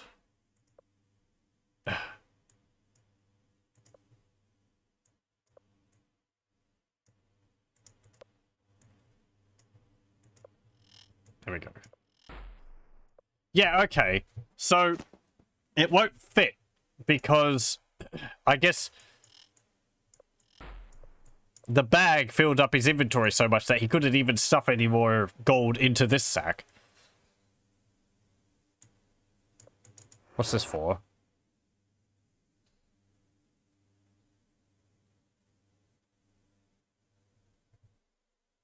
What's this? Bill a punitive action for the distribution of waste products in Loch Lake, whereby the members of the offending party shall be immersed in the lake, heretofore referred to as Loch Lake, up to their necks for not more than 3 consecutive days and not fewer than... Okay. I mean, fair enough, I guess. If you're going to put stuff into it, then, you know, you should be... If you're fine with dumping rubbish into it, then you should be fine with swimming around in it. I think it reminds me of a some parliamentary action which was done in England back when the River Thames was terribly polluted because of all the dumping from factories and all that which was going on into it. And what was it? Like the government or something was like, you know, oh no, there's absolutely nothing wrong with it because it's a river, which is natural. And then one of the people like went out brought in a glass of water from it and was like, yeah, okay, well, who wants to drink this then? Or something like that. Maybe it's apocryphal. I don't actually know of the truth of it, but...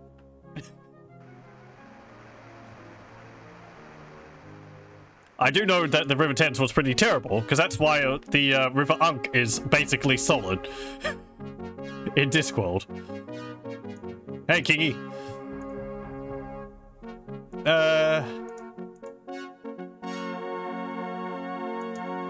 Okay, I guess we don't have anything to... Ah! Where's Nistel? I would have seen, Ah, there you are. Give me spells. Job. Magic. Spells. Yes. First. Create food. 35 gold. Yes, absolutely. Yes. Second. Let's see. Enchant, mass cure, protection, telekinesis. Enchant. Yes. Yes. First. Great douse. Light, locate. Locate.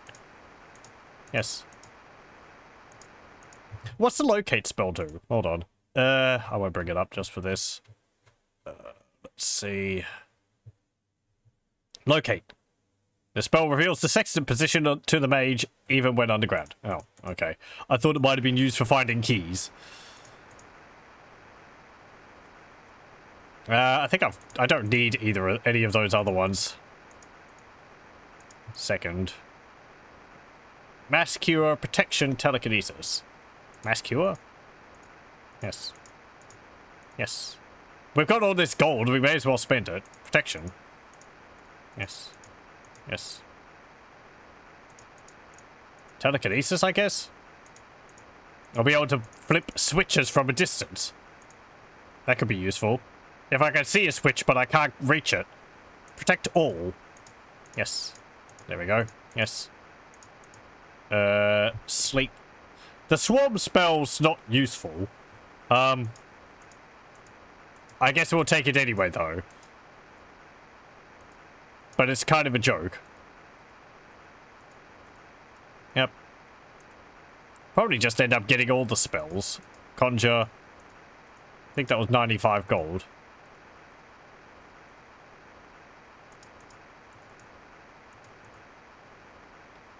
Unlock magic. Yes, there it is. There's the unlock spell.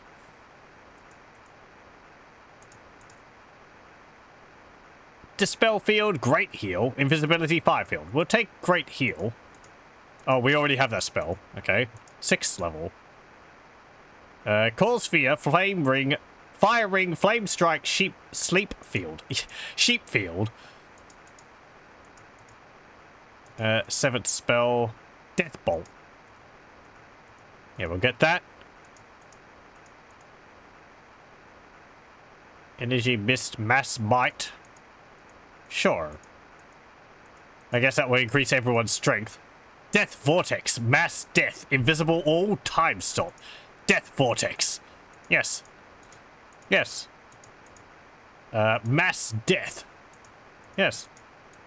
We've already got that spell. Did we not have enough gold? Oh, we don't have enough gold. I used up all my gold buying spells. Well. Well spent.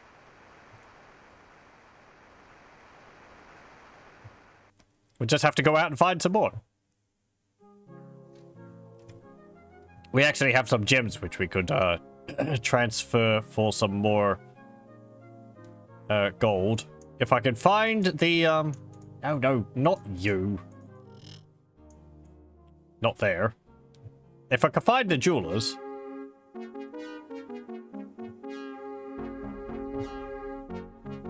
Oh, this is the museum. Is there anything else in here which we can get?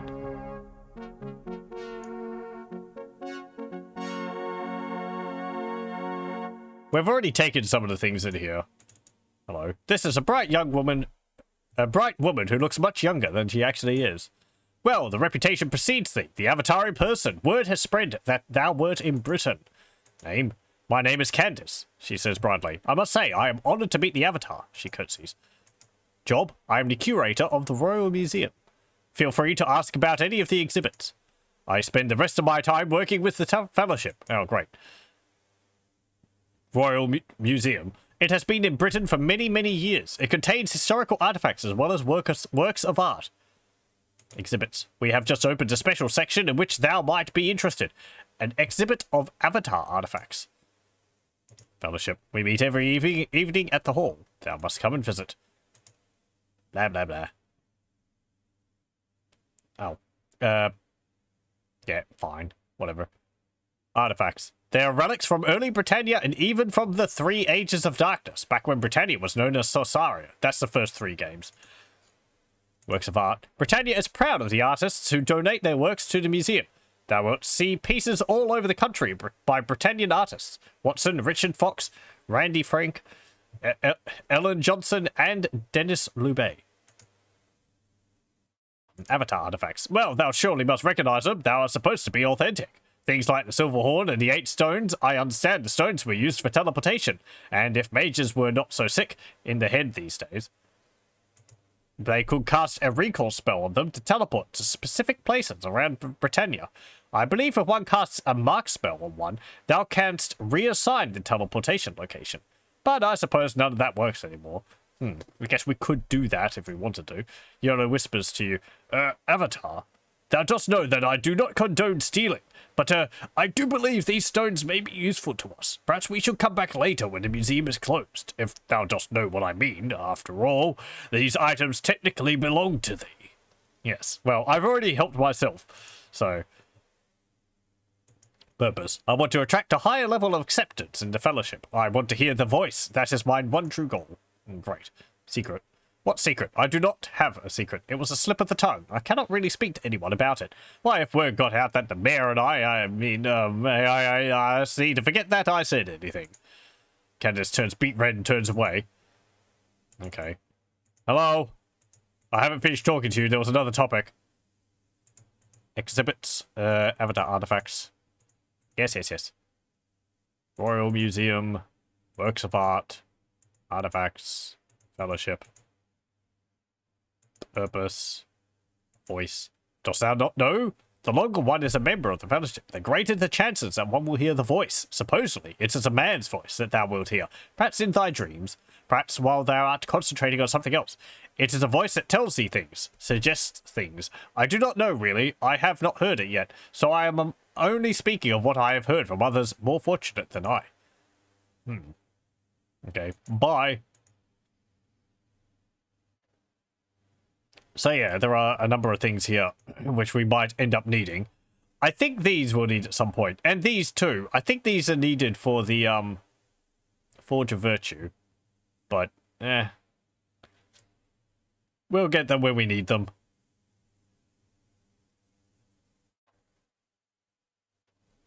As I said last time we were in there. At least I know where they all are.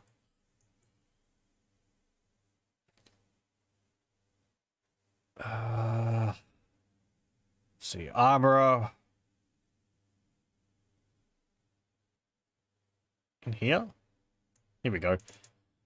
You see a man whose boyish face is set with scrutinizing eyes that look as if they have seen much. Name? My name is Sean. Job? We're not tending to Fellowship affairs. I'm a jeweler here in Britain. If thou dost wish to buy something, say so. Fellowship.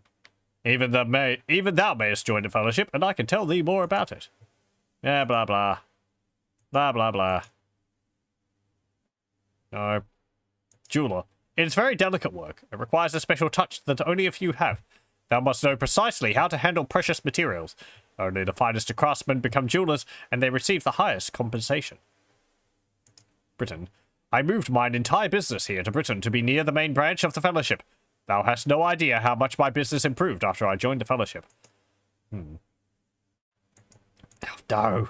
Thou art really interested in hearing more. Yeah. Blah, blah, blah, blah, blah, blah. Nope. Precious materials. I constantly require new materials with which to create my many special jewelry.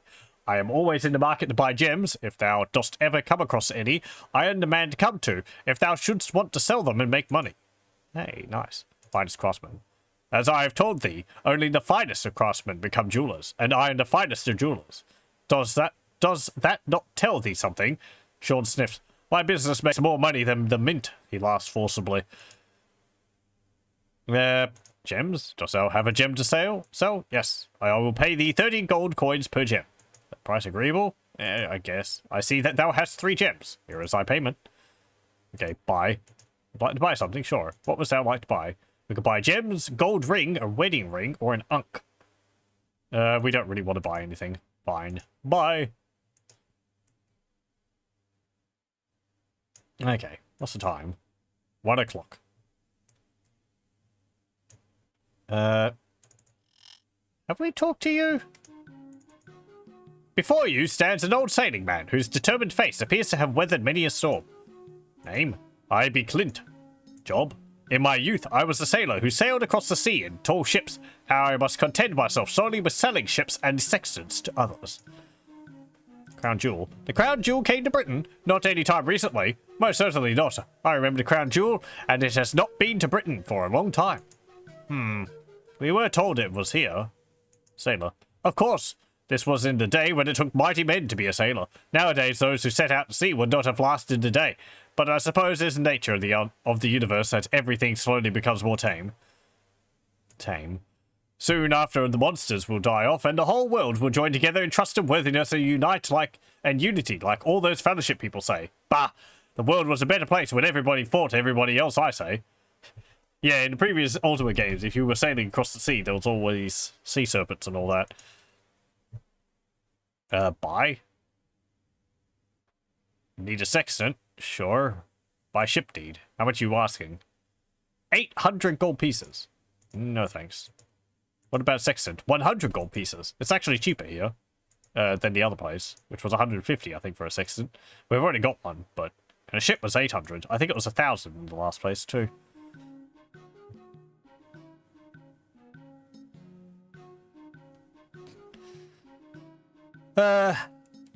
Let's see. What else do we need to do around here? Anything? Let's leave. We'll go west. There is something else which I can pick up. And, Sentry and Iolo, like, merge into one. Stop that.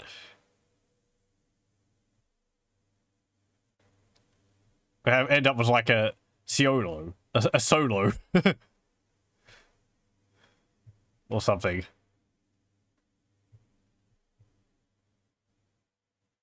Hey, here's a cave. Did we go in here? I should put something outside of the cave so I know that we've been in there. There's a cow in here. Okay. Hey, cow. I'm sorry, what?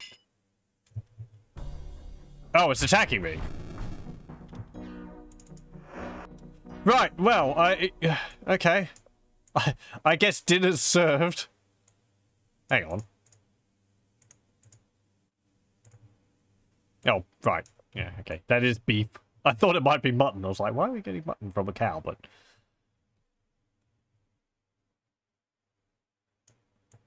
nothing up there. The cow's back. It's fine. Infinite source of beef. The infinity cow. Oh, spiders.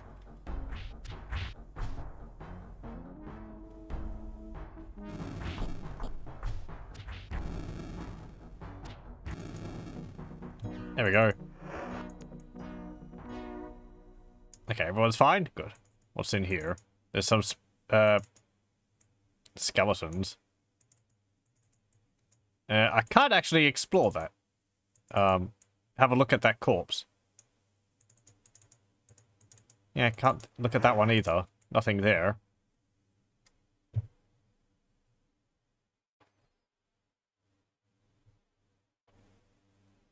Okay, once I get some more gold... Oh, hey. Ah, these are slimes or something, I think. I think they could be a problem because they split when you hit them. But we've got magic weapons, so I don't think it matters as much. I don't know if they can, like, dissolve armor or anything.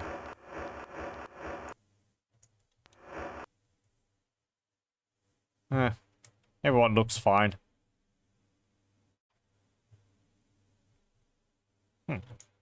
There is some planks. Let's have a look. Go across here. And we're out. Somewhere. Where are we? Over there. Okay. So I think we went in here. Came out there. Right.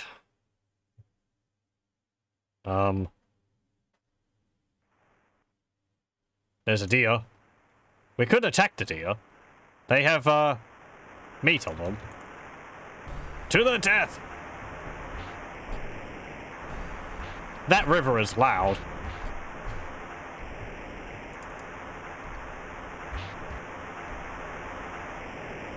Is it dead? Yeah, it's dead. Do you notice something odd? 1, 2, 3, 4, 5. Britannian deers have 5 legs. For some reason. Oh, hey, there's a sea serpent.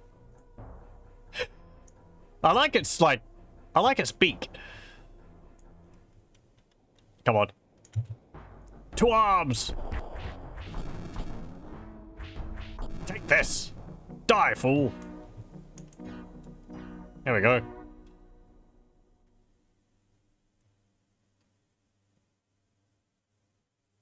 Nope. There's some more wolves here. Did we get it? Don't attack that. That's a wisp. They're friendly.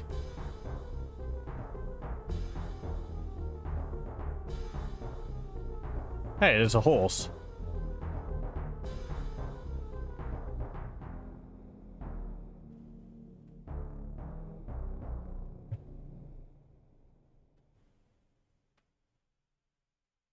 What's in this cave? There's a spider.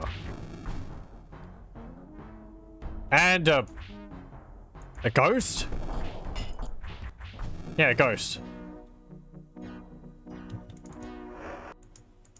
Okay. Did it drop anything? No. Let's see. Nothing on that body. There is a 2-handed axe there. Some more bones. Some more bones. There's a hammer. Another body. Nothing on there. There's a backpack, which has, hey, some dried meat. Guess you can take that. There's a 2-handed sword there, but we don't need that. Nothing on that. Some rubbish in that one. There's something there. Oh, it's a mace. Okay, we don't need that. Oh, sorry, what? Hey.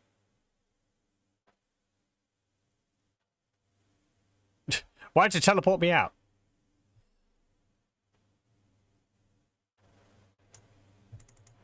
What's here? There is a bottle, a platter. What's going to... There we go.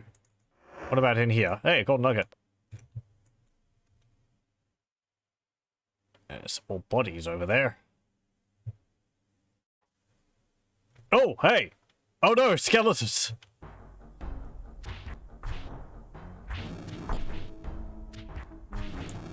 Damn thee! And a rat. There we go. Did the skeletons drop anything? No. What about the rat? No, not you. Bye. Okay, what about these skeletons? There is some stuff on them. Oh, hey! There's some more swamp boots. Nice. I'll take those. There's some gloves in there as well, and a kidney belt. I guess we could give that to someone. That's like a little bit of extra armor. Yeah. There's a sword there.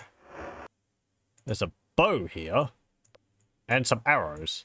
And another kidney belt? No, that's a leather collar. Okay. Yeah, well, you can wear that, I guess. Leather armor and some boots. Okay, fine. Well, another pair of swamp boots. That's nice. I only need 2 more.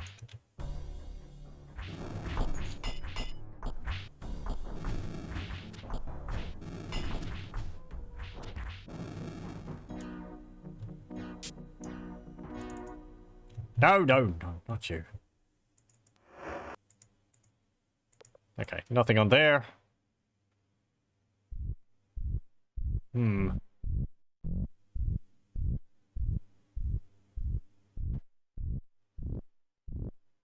Oh. There's a slime there.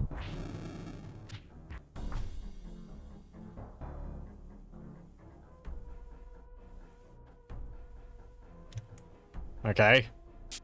I mean, I guess it is a ghost. Boo! I go through walls. Huh.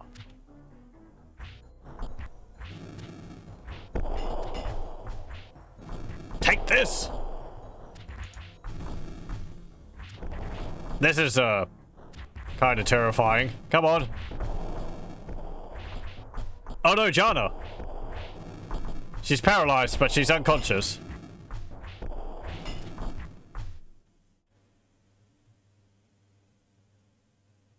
Okay, oh, there's more rats down there. Right. Off! Don't step into fire. There we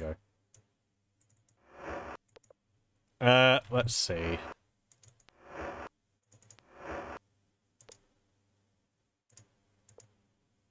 Heal. Oh no! I don't have any more reagents for heal.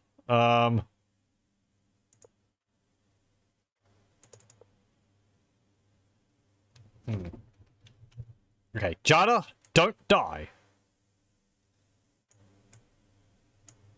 Oh, hang on. There is something I can do. Can I double click on those? No, okay. Douse. Unflam. What do you mean it didn't work? Like the ones, one of the few situations where I might want to douse something because the flame's in the way. What? What's this? A great dagger. Okay. I don't think that dagger's really, like, anything fantastic. Ooh. That's a lot of blobs. Leave me be! Die, fool! Oh, Yellow and Jana are running away. Thy blood will soil this land. Die, fool. Spark is poisoned. Actually, I'm kind of impressed by Spark wielding that massive helmet.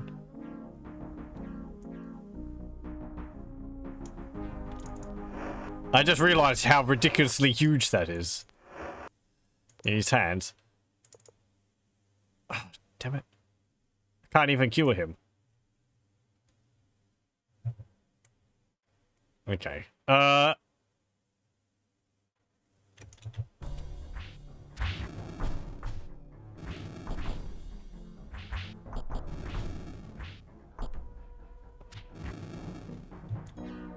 Okay. Oh, the skeletons are back again.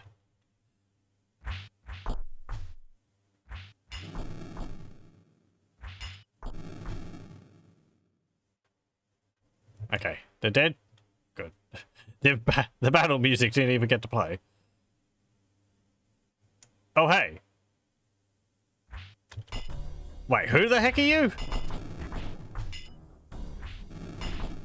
some knight. Oh, there's an acid slug. I don't think I've seen one of those before. There's a two-handed sword. There's 12 gold.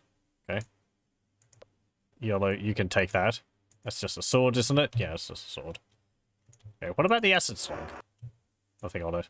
I thought it was like a wisp or something. Some kind of a ghost or something. But no. Tentacles. Okay then.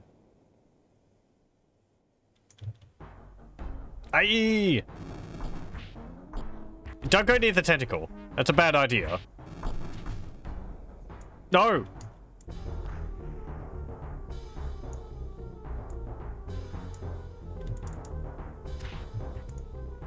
Okay, fine. Just forget about it.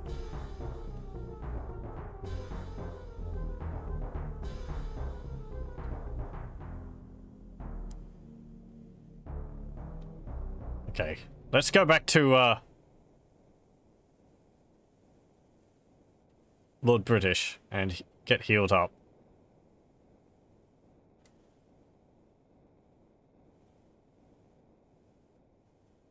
And with the extra gold which I have now, I might buy some reagents.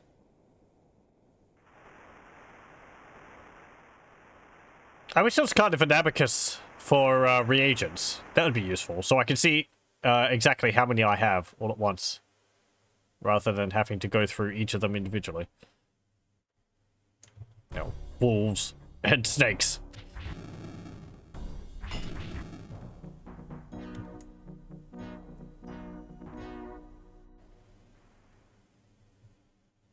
Can we go across here?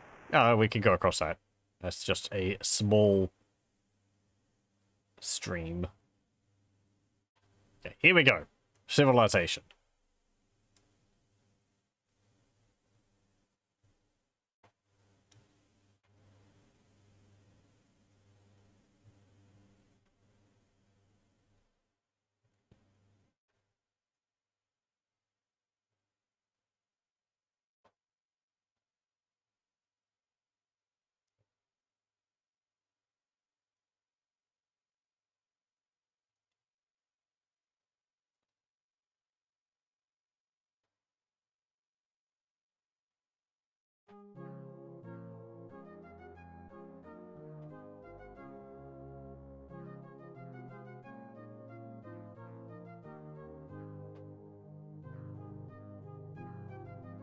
Okay. Are you around? I want to bypass the trigger for the music. So we'll go up and around this way. Hopefully I'll avoid it. No, it's not even there. Where is he?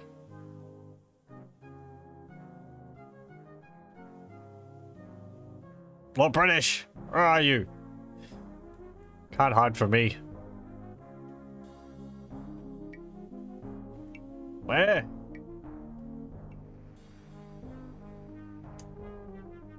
What?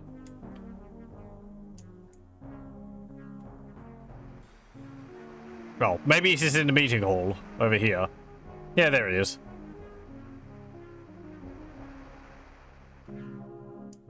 Hey, you.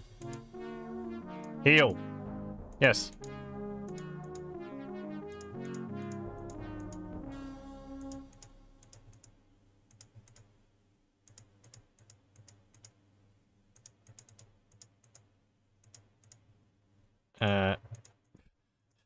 Sentry is already healthy. Yeah, we don't need to heal him. Heal. Yellow. There we go. Heal. Yes. Heal. Shamano. Heal. Yes. Heal. Jana. There we go. Okay. Bye. Let's go talk to Nistel. Let me have a look at the manual. So I want a heal spell. That requires... Let me just write this down. Heal spell requires ginseng, garlic, and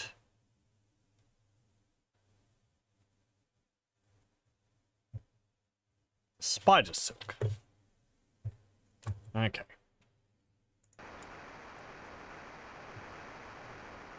Hey, why are you hiding behind a bush?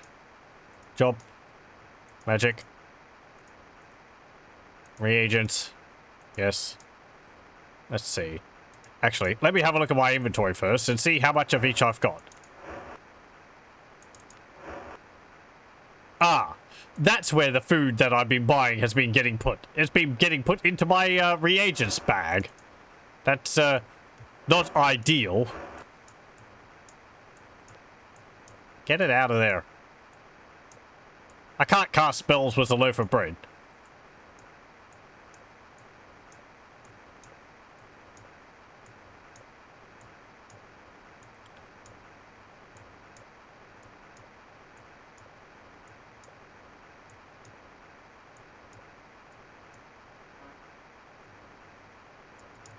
Too heavy. Okay, come on. Time to eat.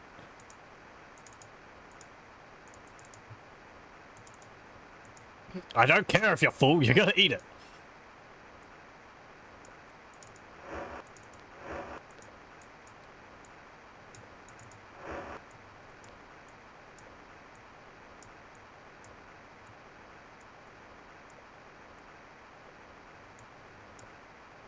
Okay. And there. Right, so what have we got? We've got Mandrake Root, we've got that which is Nightshade, we've got this which is Spider Silk, that which is Ginseng, that's Blood Moss, that's Sulphurous, whatever, and Black Pearls. Okay, so I have 2 Spider Silk currently, and I have 10 Ginseng. Okay. Job. Magic. Reagents. Yes. I need... Oh, you don't sell spider silk. Okay, and you don't sell garlic either. How much of other things do I have?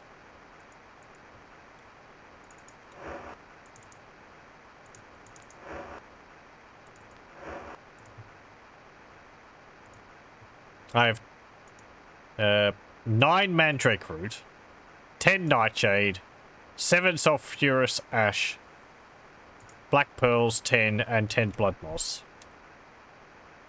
Okay.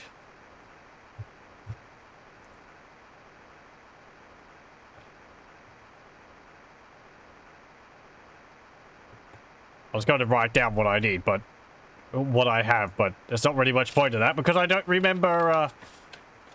Well, I was going to write down how much of each reagent I have, but it doesn't really matter because I don't remember. I don't know how many you use and for what spells. I just have to check it every now and then. I guess I could buy some Sulphurous Ash.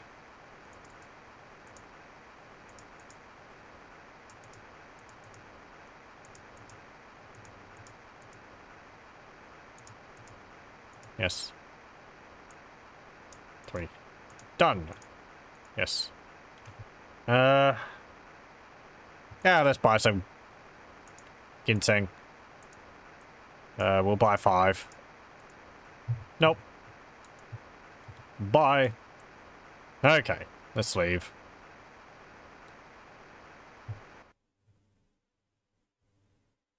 Okay. Now what do we end up doing? I guess let's go back over to where we were before.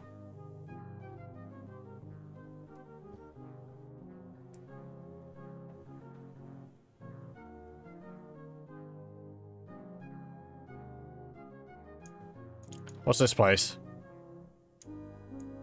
Oh, we actually haven't had a chat to this dude.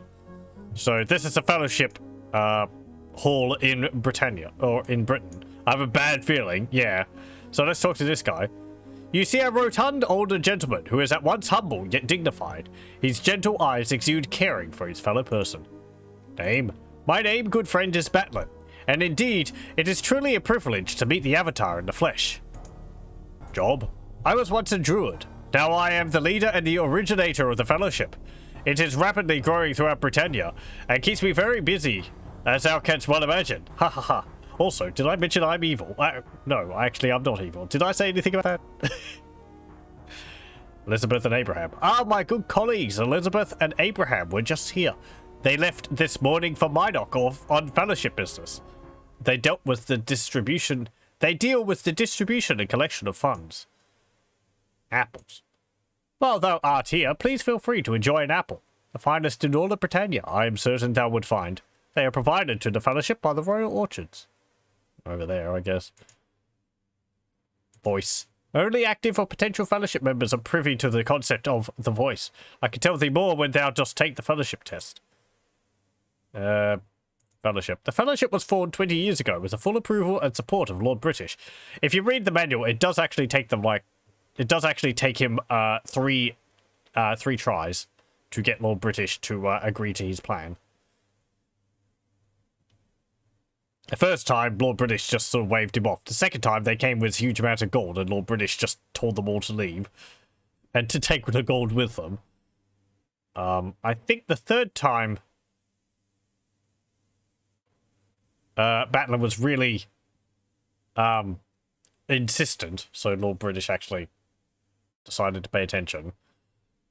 I believe Batlin, Abraham, and the other guy, they're like the three original members. He was friends with those two before he formed the Fellowship.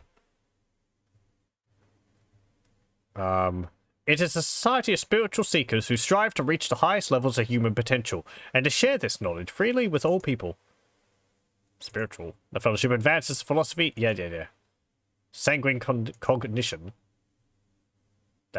We strive to avoid the mistakes made by mystics and sages since the dawn of time. They apply the standards of the past, such as the virtues, for example, to qualify the present, and thus they do not perceive it correctly.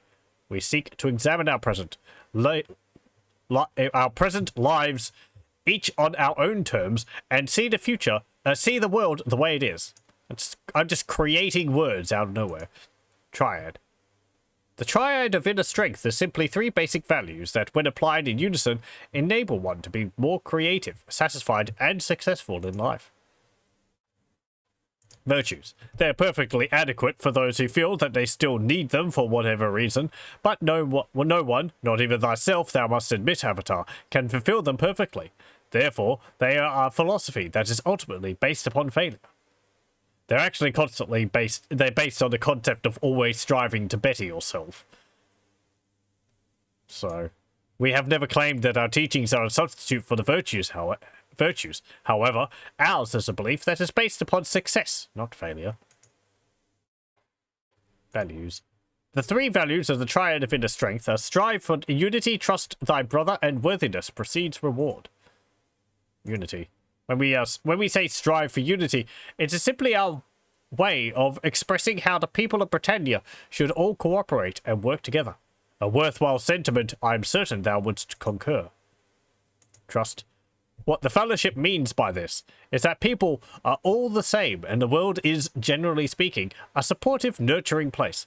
The trust we place in each other is like the pinions that hold our society together. Quite true, wouldst thou not say? Worthiness. Allow me to explain the meaning of worthiness precedes reward. Each one of us seeks something which we desire from life, and we must strive to be worthy of that which we seek. It would be difficult for thee to disagree, I am sure. Okay. Bye. Till we meet again, Avatar. Is there anything else around here which we can see? There's actually a key on the table there. On the bench there. Might I take that? Uh-oh. Batman's come on the screen. Quick.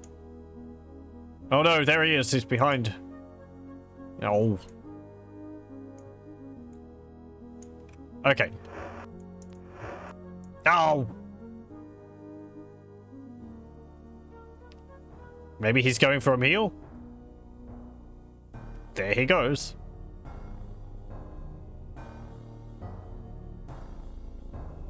Okay. That's a very glowy key. Nothing there. What is this thing? Fellowship staff. Okay. Wait. What? How the heck did... What? Batlin? I just saw you go up the road, go up the street. How the heck did you get back in? He's a wizard. He heard me taking the key, so he decided to teleport right back home.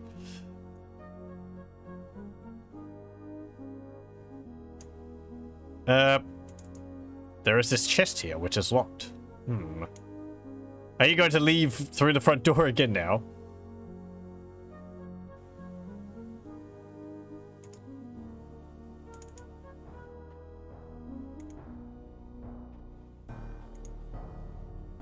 I like how the music is not ominous at all. Okay.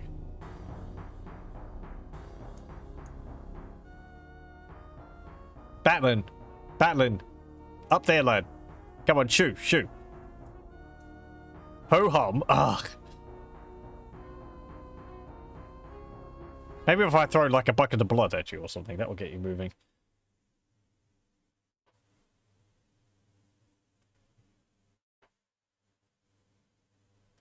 Good. Yes, I'll unlock the key. What's this?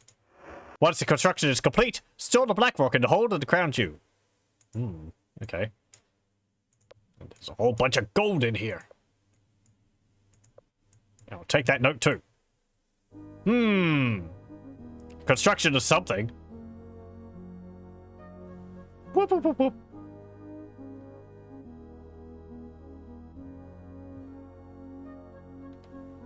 Okay. Now what?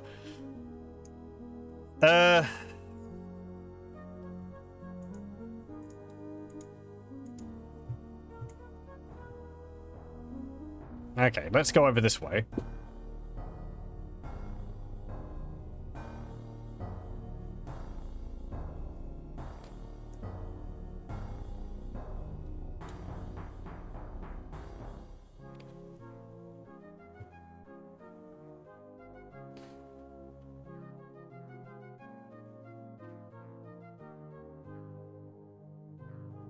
Is there any of those bandits around here so that I can get some more gold?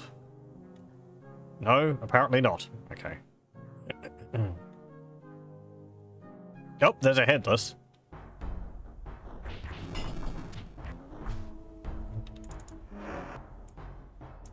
Some gold nuggets. Nice. That's 20 gold right there.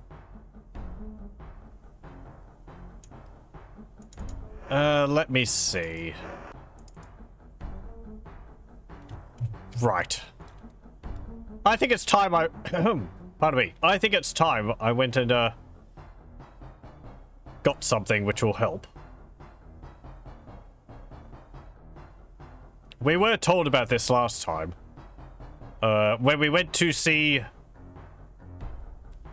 Oh man, I can't remember his name. The mage who was studying Blackrock. He told us that he had a magic carpet and that we were free to take it, but some adventurers had come and previously taken it already. Thank you, music. And he said that they mentioned that they had lost it somewhere around, like, the Lost River or something like that. He might have said where that is. Spoilers, it's to the west of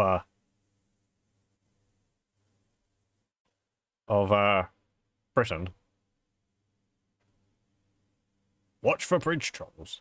Yeah. Which I think might be around here. Right. Okay. Let's follow this river. I think we might actually want to go onto the other side, from what I remember. So we'll cross the bridge. There's a bridge, and there's another crossing. Oh, hey, who's that? Highwayman. Eyeing you carefully, the man before you takes an aggressive stance. Name? He stares at you for a moment. Chad is my name, milady. Job. Job? I have not the time for a job. I am on a quest to rid this land of that which plagues it. Quest. I have devoted my entire life to this. Nothing will get in my way, not even battling. Plague. Surely thou hast heard of the Fellowship, a most foul and evil organization. It has even infested the lovely forest of you. Battling. He is the leader of the cursed organization, the Fellowship.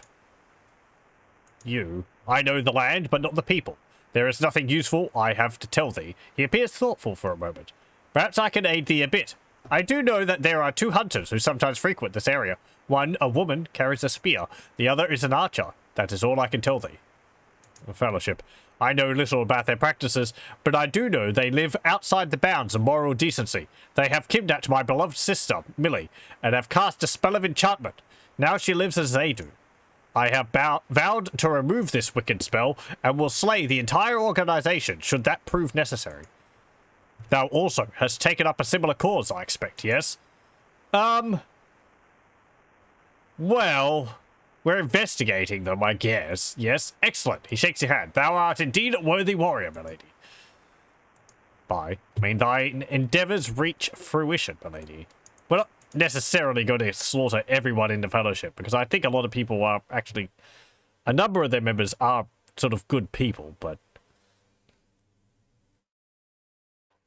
I do think I think it's kind of obvious that they have rather nefarious plans from what we've found out about them so far. What it is exactly, I don't know. It involves something to do with Blackstone, apparently. Okay. Let's go along here. We can squeeze along this little path here. Up into the mountains.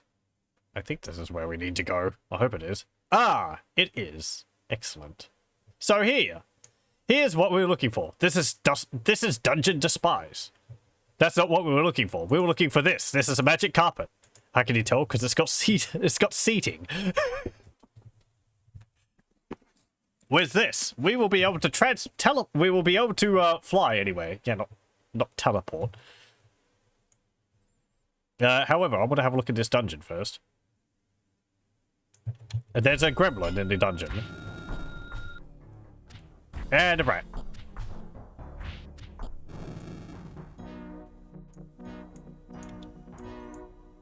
Okay, YOLO. Take that. Also, you can take this roll and this meat. There we go.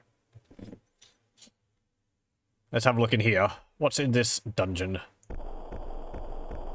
Ah! Okay then. A fireball trap. Let's avoid that.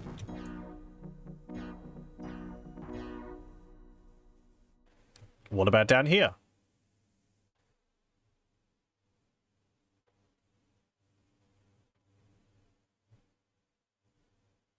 For what I remember, these dungeons are all in the same location as they were in previous Ultima games. Lever. Opens a door. There are skeletons on the floor in there. Oh dear, my nose. What's here? There's some gold. Ooh. A gem. And some more gems. I like how the gems have a little bit of shine to them. Some silver snake venom. There is a throwing axe. There's a gorget. Sure. You can wear that. What about there? Some magic arrows. You can take those. Magic crossbow bolts. There's a cleaver. Don't need that. Nothing there. Some gold and lead. Nothing there. And some more gold. 15 gold. Okay. Anything else in here? No? Okay. I was expecting that door to close behind us, but, oh well. What's all this? Mong bats, is it?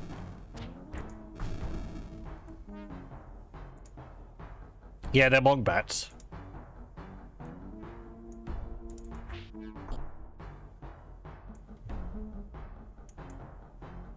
Come on, get through the door. There we go. I don't think they have anything on them. Nope. There's some pillars here. Broken columns. And a whole pile of rubbish.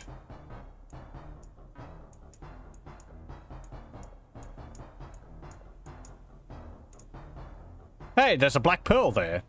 That's kind of nice. We'll take that. It's a useful reagent. Anything else there which we can make use of? That's just rubbish, yeah. Rubbish, some rubbish. Some rubbish. Debris. Debris. Too heavy. Too heavy. Okay. It's just a black pearl hidden underneath some of the rubbish. One of the things I like about this game is that just there's so many hidden things everywhere.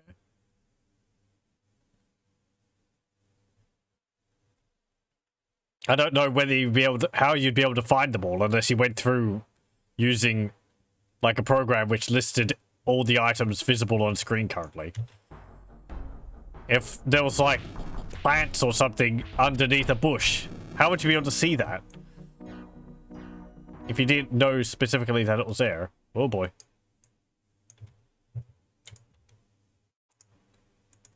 Okay. I think there is a program in-game which you could use to move objects. We might fiddle around with some of that stuff at a later point. No. We just teleported. Okay.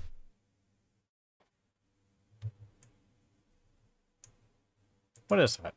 Oh, it's a green cheese. That's what it is. Some mushrooms. Some more mushrooms. Ah, people are poisoned.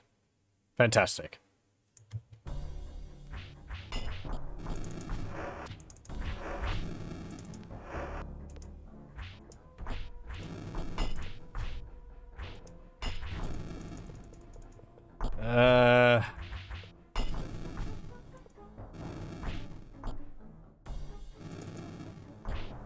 No. I can't cast Mass Cure. I don't have the reagents for it, okay? Never mind. What's up here? There's a skeleton. And cobwebs.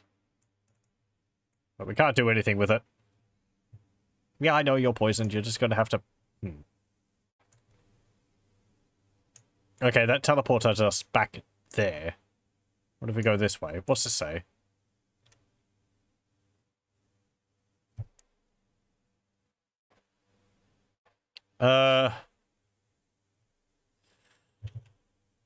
I'm actually... Oh, actually, I think I know what it says. It says round and round. So...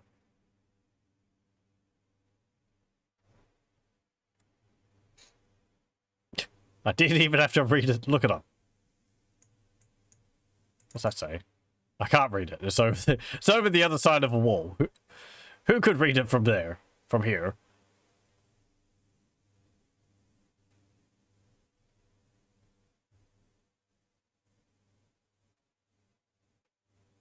Okay, everyone's over the poison. Good. What's this say? Dead end. Or not. Shabano's poisoned again. Not Shabano. Sentry. Oh, hey, we're over here. Locked.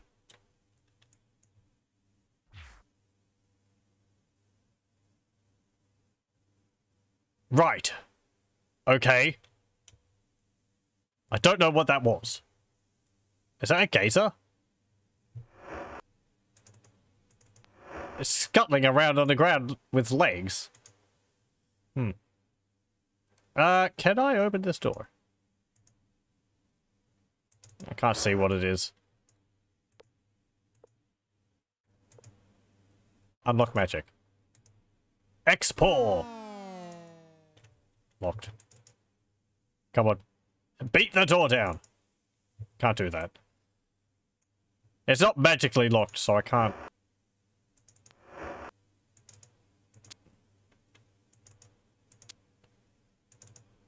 Do any of my keys fit?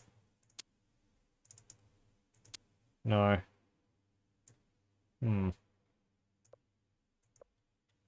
Do I have any lockpicks? There's a lockpick. Strange, that did not work. Okay, so there might be a key somewhere for that.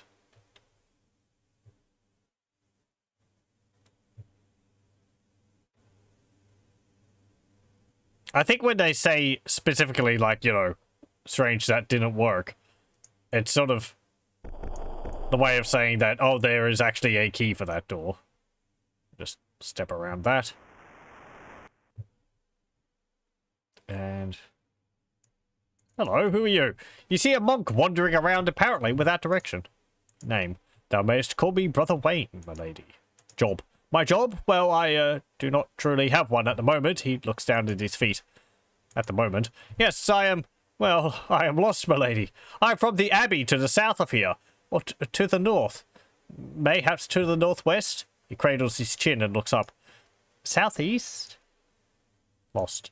Well, I am sure it is not permanent. He blushes. I just need to get my bearings, that's all, he says unconvincingly. Abbey. I am a monk of the Brotherhood of the Rose. I study geography and nature with a brother named Taylor. Geography. Well, he shrugs, I suppose I should have studied a little more better, he says. A little bit better. He smiles sheepishly. Nature. There are so many beautiful things to see in Britannia. Both animals and plants alike offer excitement to the observer. Taylor. Well, I haven't actually seen him for some time. I assume he is still continuing his studies. Animals. My favourite ones are the birds, especially the golden-cheeked warbler. I love to follow and watch them. They do not seem to have a very good sense of direction, however. He sighs. But there is a great variety of species in this land. Yeah, there's like five-legged deer and aggressive cows. Plants. Ah, yes, my lady. They are quite wondrous to see. I highly recommend to thee to always observe thy surroundings. Otherwise, my lady, thou wilt miss much in life. Flowers, trees, birds, landmarks. Yeah. Flowers? Very, very lovely plants. All the colours of the rainbow, and then some. One of the monks at the abbey has a lovely flower garden. She may still tend to it, for all I know, my lady. Trees? Ah, my least favourite subject. I find the trees much less interesting than the birds. Birds. My favourite type of animal. The birds are so free, able to fly great vast distances. How I wish I could roam about the open skies. Most especially considering my current situation. Thou canst see so much more from the air, I'm certain of it. Okay, bye. May thy good fortune guide thee down the trail of life. Do you want help getting to the front door? No? I'm sure you'll sort it out. Maybe. Okay, then.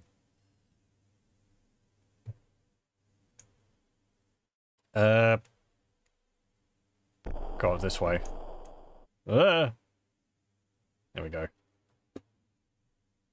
Okay. And if we go down here... it's actually, like, randomly teleporting us. Is it? Okay. This fire, actually... I know. Yeah, this is the entrance. Okay, good. We go down around here. I'm taking care to, like... skirt around the corners there. That way my people will be as far away from the fire as possible. Okay, what's this thing? Egg. Okay. I guess we'll come back there?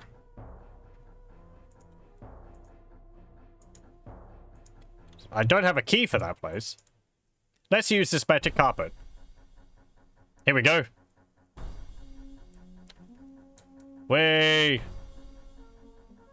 So now we can fly around all over the place. Oh, and bump into towers.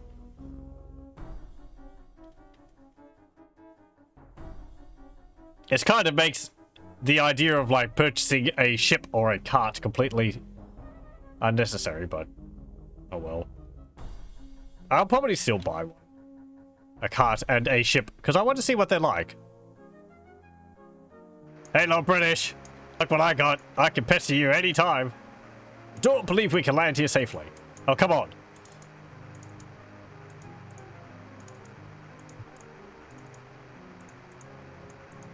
I'm sure there's enough room here.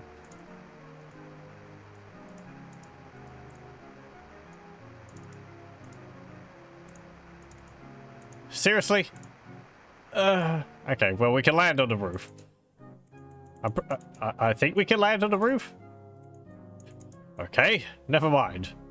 Maybe we could just land in the street out the front of the castle.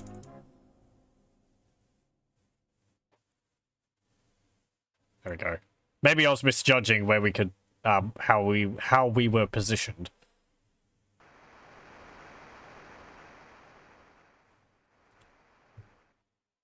Lord British, are you having dinner or something? Yes, you are. It's got a stick of butter. It's just eating a stick of butter. Hey, I'll join you for dinner.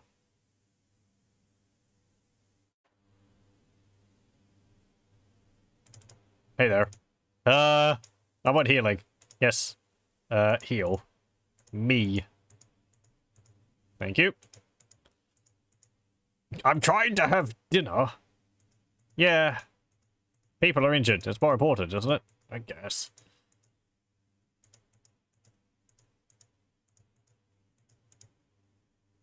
Heal. YOLO. Heal. Yes. Heal. Shabano. Okay. Bye. Is this still enjoying his stick of butter? What is that? Ooh, a fruitcake. Nice. Wouldn't mind some of that. Someone's usurped Shabano. Yeah, it's fine. They're both the same person.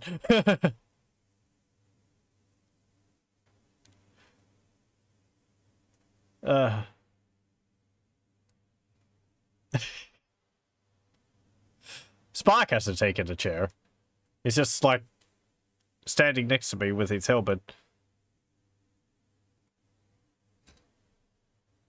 Anything else which we can do? Joffrey. Mistle. He's quite loony. Don't just ask me. I believe all the mages in the land are afflicted. Yeah. Hello. Magic. No. Not more British. Spells. Yes. Fifth. Great heal. Invisibility. Fire field. Any other things? Yes. Sixth. Call sphere. Firing. Flame strike. Sleep field. I'm a little hesitant to get things like sleep field firing because I don't know whether they will affect my party members. Did I get Death Bolt? I already have Death Bolt. Okay, that's fine. Eighth. I might not have gotten Death Vortex. Yes. Already have that spell. Oh, okay then. 8. Mass Death. Or Time Stop. I guess Time Stop could be useful. 195. Yeah, sure. There we go. Nope. Thanks. Bye. How much gold do I have? Iolo, where are you? Iolo. Iolo's somewhere. We have 2 gold. Wow. Okay then.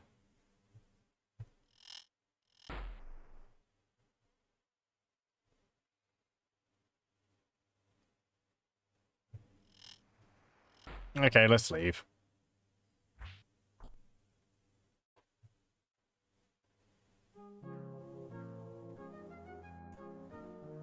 Hey, God. Excuse me a moment.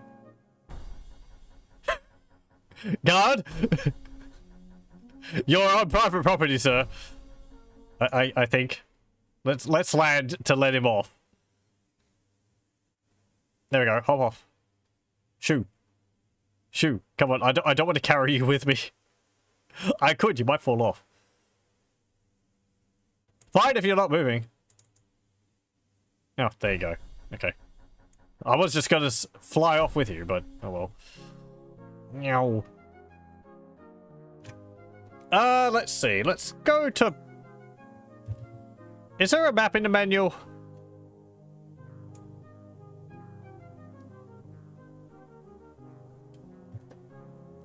Let's see.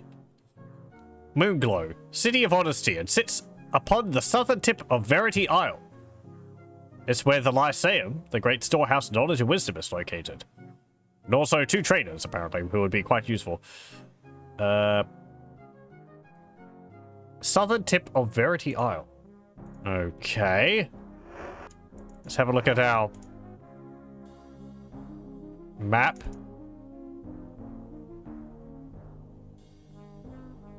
Which one is Verity Isle? There's an island here, an island here, and an island here. This one, maybe? I guess we could explore all of them. We've got some insects on our carpet as well.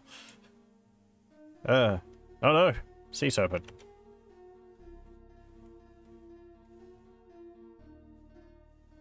Okay. Here's an island. Is this the right one?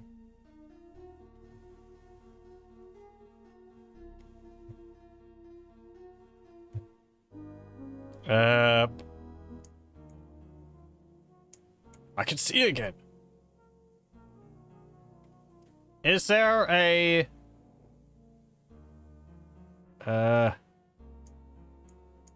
What's this say? Can someone tell me where we... Someone, one of you tell me where we are. Everyone pile off.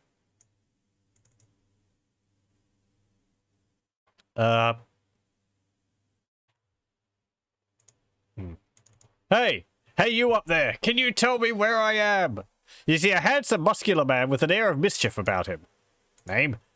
Gleno, at thy service. Job? I'm the manager of the baths. The entrance fee is 300 gold. Everything is included in this fixed price. No tips are necessary. Dost thou want to enter? No, thanks. Well, some other time then. Thou wilt not be sorry if thou dost. It is well worth the price. Okay. What's this? Right.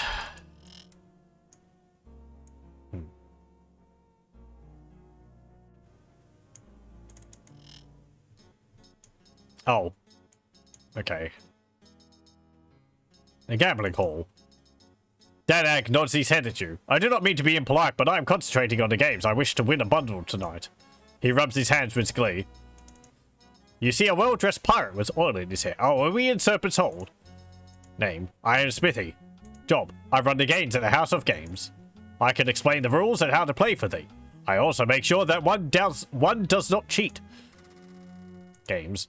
There are 3 games that thou canst play. The first is Virtue Roulette, the second is a Rat Race, the third is Triples. Wouldst thou like to hear any rules? I think you can make an awful lot of money through one of these. Yeah, sure. What about triples? Thou canst bet on a triple, that is, 3 1s, 3 2s, or 3 3s. This has the highest payback. A 1, 2, 3 pays slightly less. A sum total of 4, 5, 7, or 8 pays the least. Do not place thy money in between numbers. Especially the 4 and 5. A 6, made up of anything other than 3 2s, loses. After placing thy bet, spin the wheel. Okay, games. Yes. Virtue Roulette. Simply place the amount of gold coins thou dost wish to bet on 1 or more colours. Use the wheel, and thy money will be increased if thou hast bet correctly. Okay. Rat Race. Place thy bet on the green spot at the end of the lane, which corresponds to the trough in which thy rat is running. Okay. Cheat. If thou art caught cheating, thou wilt be arrested, and we do prosecute. Okay. Bye. See you there again. Sure. Let's have a go.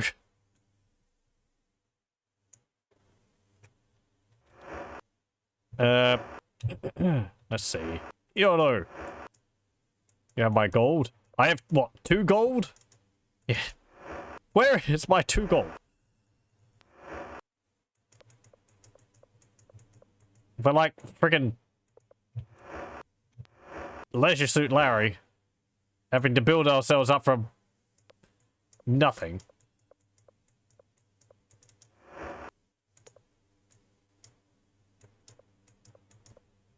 Come on, where's my 2 gold?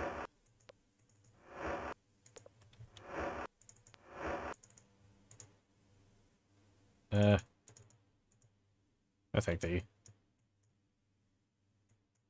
What do you mean out of range? You're outside. I can't... Okay.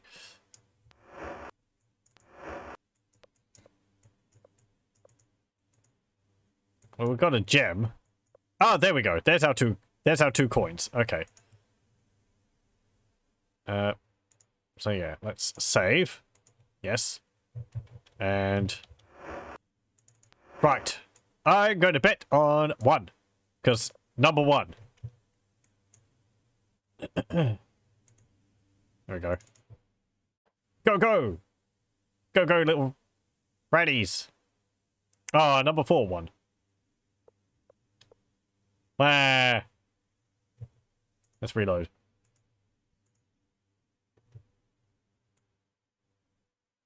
Okay. I guess we can put it on here. Put it onto the blue.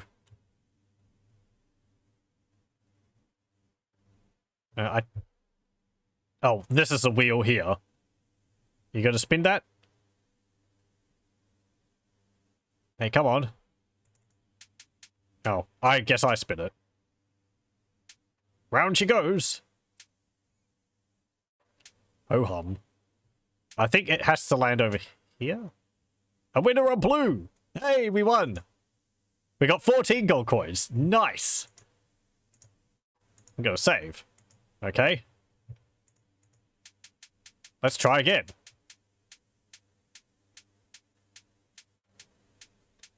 Yeah, I'm not too sure. Oh no, hang on. There's a little black pixel there. Is that where the ticker is? It is white. Yeah, okay. Let's load. It looked like it nearly landed on blue.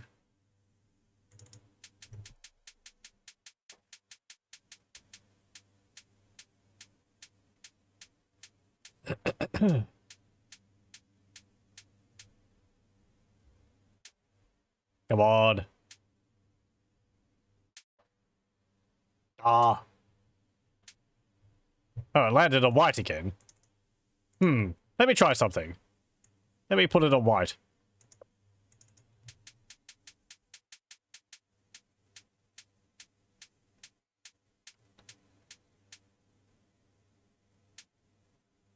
Does it work like this?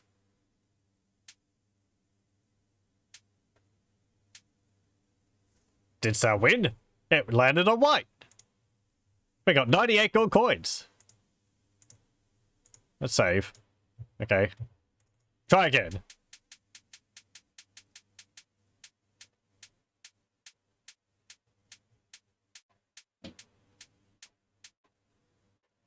What's it gonna land on this time?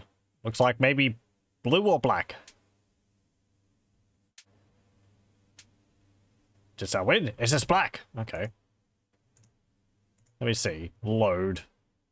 Okay, let's shuffle our money over onto black there.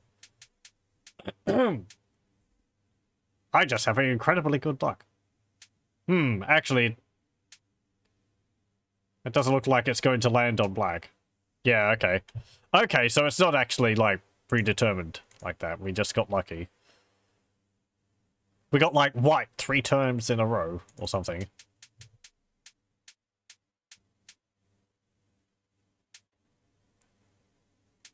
Guess you can just keep trying until you end up getting the right color. Aw, landed on green.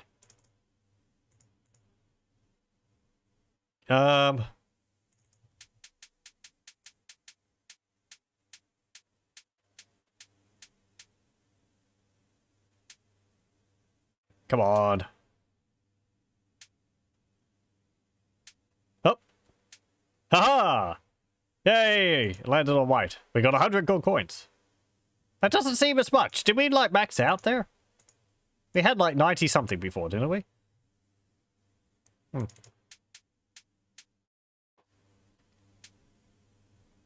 Oh, that wasn't a really good spin. It's already slowed down.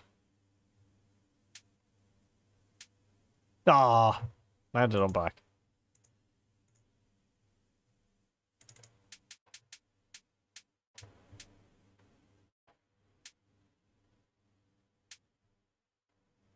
Oh, I didn't even move my money. Ah, landed on purple. Hello, welcome, welcome. Muffin Paradox. Had like 94 there before. Yeah, I thought we only got like...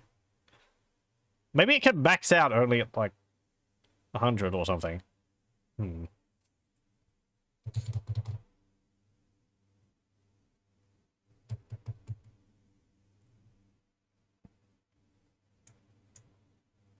Oh no! We've actually got 2 stacks of coins. 2 stacks of coins here. Okay then. Oh, actually, we've got quite a few stacks of coins there. Wow, hang on, what? Okay, we've actually got quite a bit of money there. It was just multiple piles, and I couldn't see it. How much have we got there? No, don't pick up the table. So we got 100, 200, 300, 400, 108, 500, 486, 586, 686. Okay then. Well, that's a bit more like it. I guess we could just keep reloading until we land on like white again, over and over and over again, and you end up with a huge stack. But 600, pretty nice from 2 coins. Saving and loading aside, we're just incredibly lucky. It's the benefit of being so virtuous as the Avatar.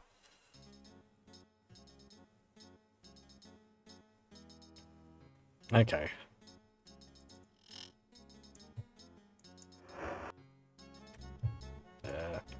Yeah, from the music, I think we are in Serpent's Hold.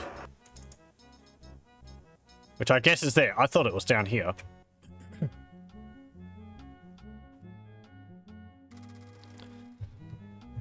Is there a signpost here? Or, hang on. I don't really know the names of all the places. I've forgotten them. This is like the pirate town, I think.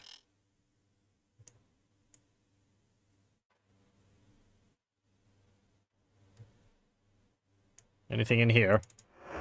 A cup. There's some cheese in there and some lockpicks. Hey, nice. There's some magic bolts in there. I'll take those. Oh, only 4. Okay, that's fine. What about in here? Nothing. In this bag? Stuff. What about in here? There's actually a ring in there. I think that might just be a non-magical ring. Yeah, I'm pretty sure it would say what it is. I don't think we have to identify items in this game. All the other rings are not that, which were found. They've told us what they are. Hello, who are you? You see a man whose sinewy body is like steel. The glint in his eye tells you he is no fool. Name? I am lucky in all things. Job?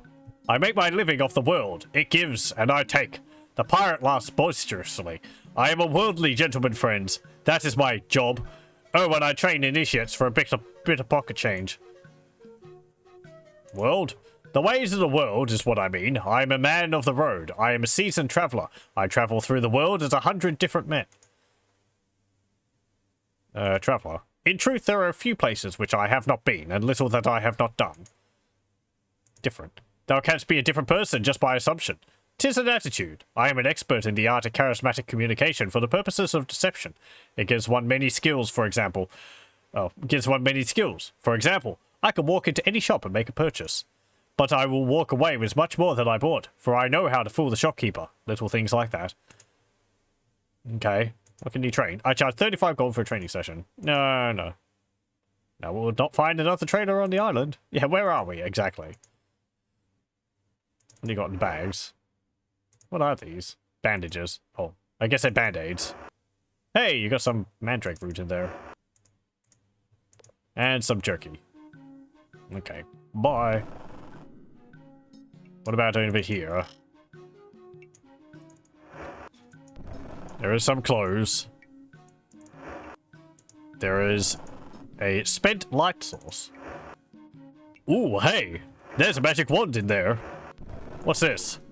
Lightning wand. Yes, please. I will take that. Also, a stamp and some other doodads. What's this? There's 12 gold coins in that bag. Sure. There we go. What's the time? 10:45. Okay. No, stop. You can apparently close the escape menu by right-clicking as well.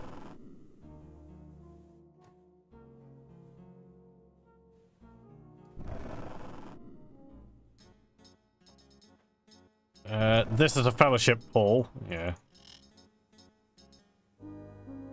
Anyone in here? Someone to give me the whole spiel? No? Actually. Hang on. Something feels suspicious here. I'm not sure what, but, this place feels like it's larger than it actually is. Now. Avatar sense tingling. Perhaps there is a lever around here somewhere.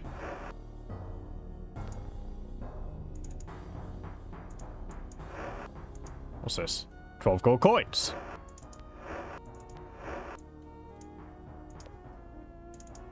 What about in here? There's an amulet. Don't need that.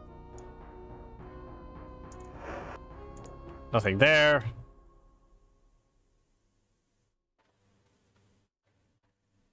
I'm not seeing a lever. They can be very well hidden. Like, you might only see a few pixels above a, like above the wall or something. However, you might only be able to get into that from behind. Rearranged furniture.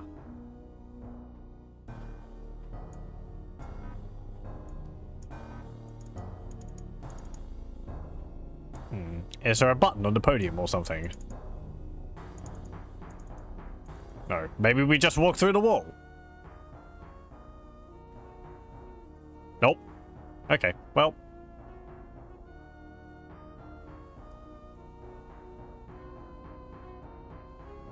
What's up here? Hello? Anyone home? No? What's this? Oh, some shoes. And an empty drawer. What's in here? Nothing. Nothing. See, like a cave over there.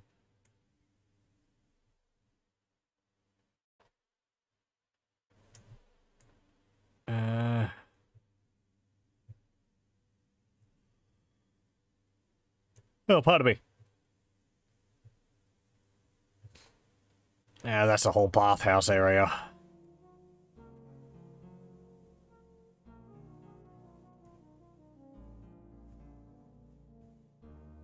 Any other houses up this way? That food smells good. The...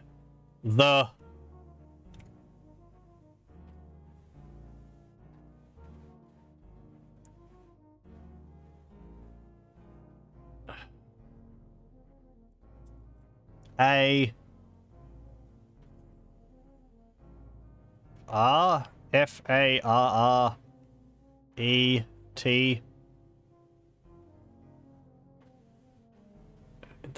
Or maybe...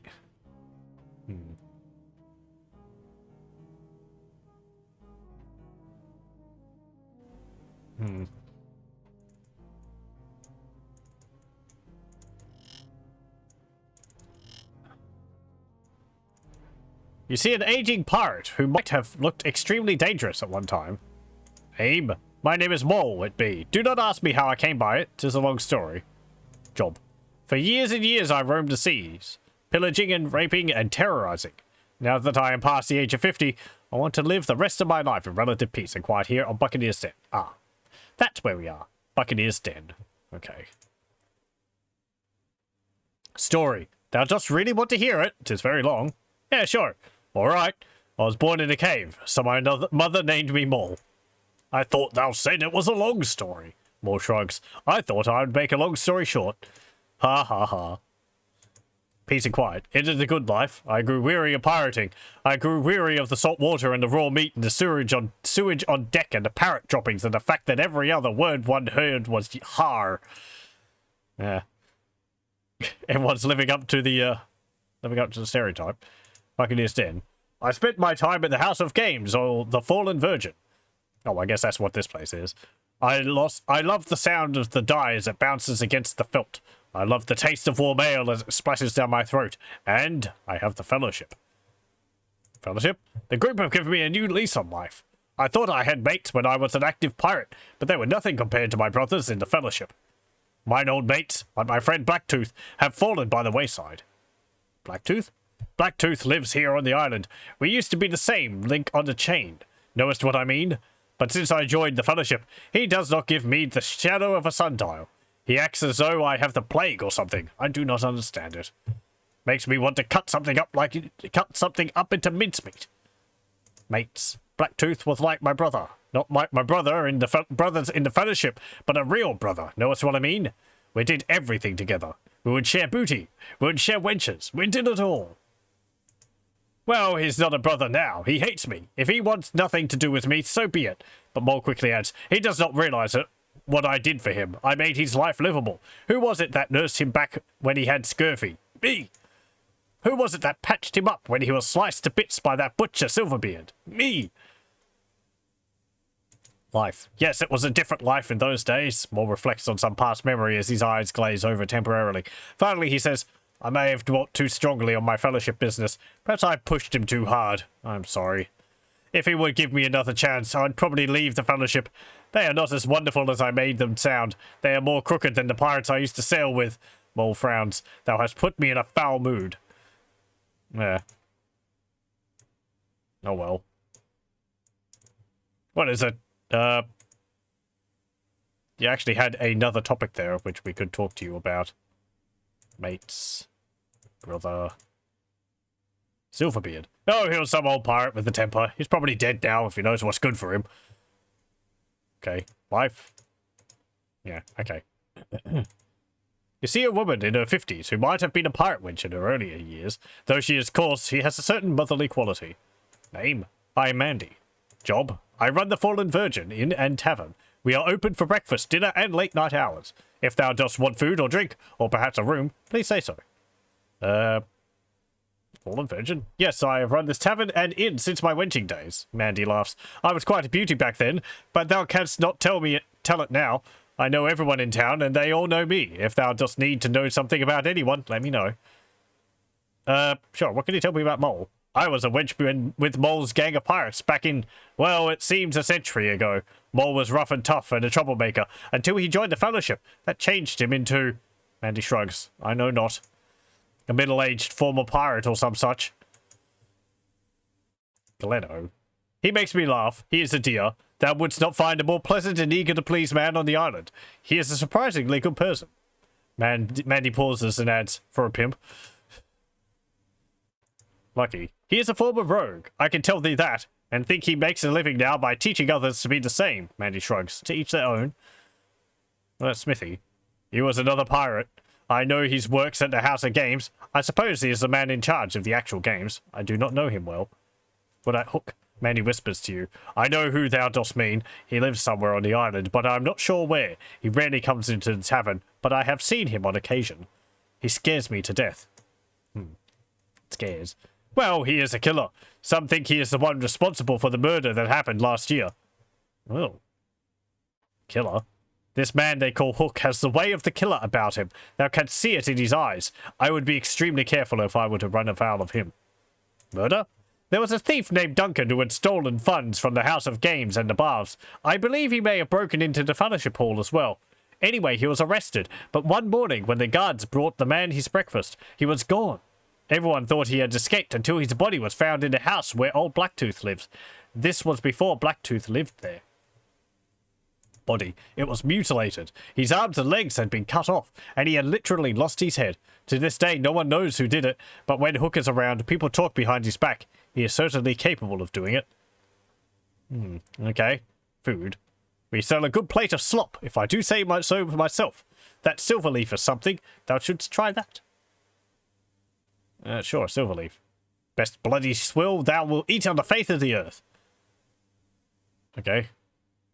Buy? What suits thy fancy? How much is silverleaf? 50 gold for one portion.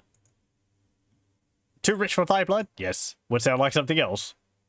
No thanks. Bye. Nice talking with thee. I shall see thee later, I hope. What's this? One of the beasts. Oh, okay. What about this? You see a fat, cheerful-looking merchant. Hello. How art thou, my friend? Name?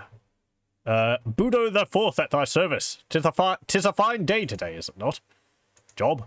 I am a provisioner, like my father before me, and like his father before him, and like his fathers before him. Budo's is an island tradition, just as the Fellowship will be someday.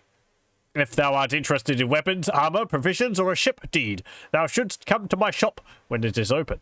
I would be so pleased to help thee then. Crown Jewel. It stops here regularly, don't know much more about it. The crew is very secretive. Budo looks away, obviously not wanting to talk about the ship. Fellowship. The Fellowship has helped me become a very rich man. Although the business is an inherited enterprise, I owe everything to the Fellowship. Rich man. My great-grandfather started this business many, many years ago. He was moderately successful, thanks to the Thieves Guild, but that era has passed. Inherited. My great-grandfather passed the shop on to his son, and so forth, down to me. We are born merchants. That is why I know why thou hast come to Budo's. Thou wanted to become a part of the great Budo legacy. Thou dost need to buy something. Everything? There was a period shortly after my father died, just as I had inherited the shop when business was poor. There was a danger that I would not be able to keep the shop open, but the Fellowship convinced me that I should join them. I proved my worthiness, and the Fellowship helped me financially. Thieves Guild. It is no more. They dwindled away during my grandfather's time. By the time the Fellowship arrived, when I was a boy, there was no trace of them, except in family mementos. Even the pirates are different. Worthiness. I do not mind telling thee, the Fellowship shares in 1/2 of my profit. Jeez, that's a lot. And you're still, like, making enough for a decent living? How does that work?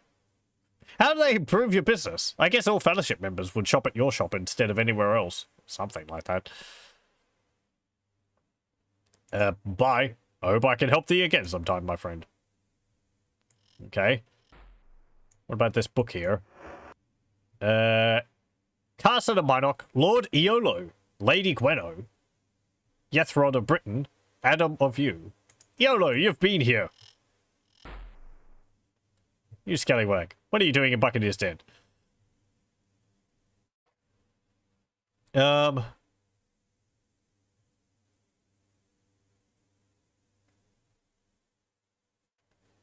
about over here? Huh. This house is locked. Hey, cow. Moo. Moo. Moo.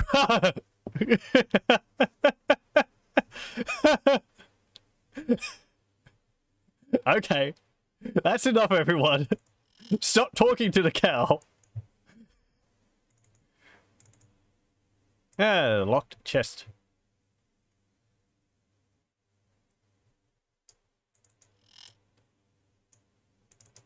And another locked chest. Anything underneath these clothes? Oh, okay.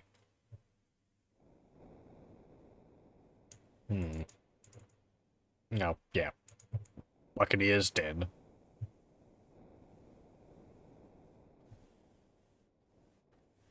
Let's see.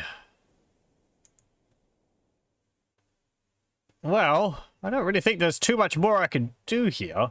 I guess I could gamble more at the House of Games if I wish to get more money. How much do we have? Like 600 and something now?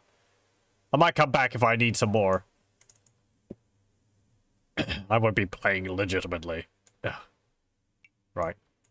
Sometimes people have a bit of problem finding their seats. You just have to get up and move around so that they find their spot. Okay, so I want to go to Moonglow. I think that's Moonglow. So if we keep going east,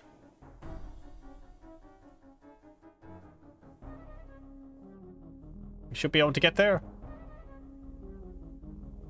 No.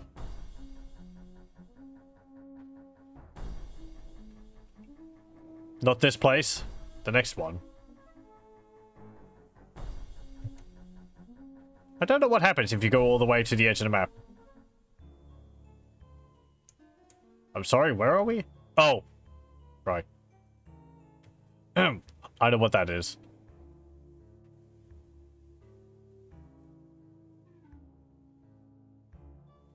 I hope I might not have messed anything up by going over there.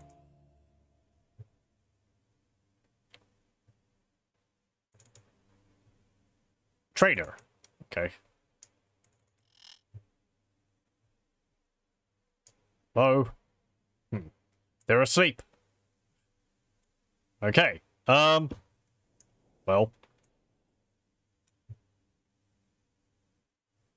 Let's go and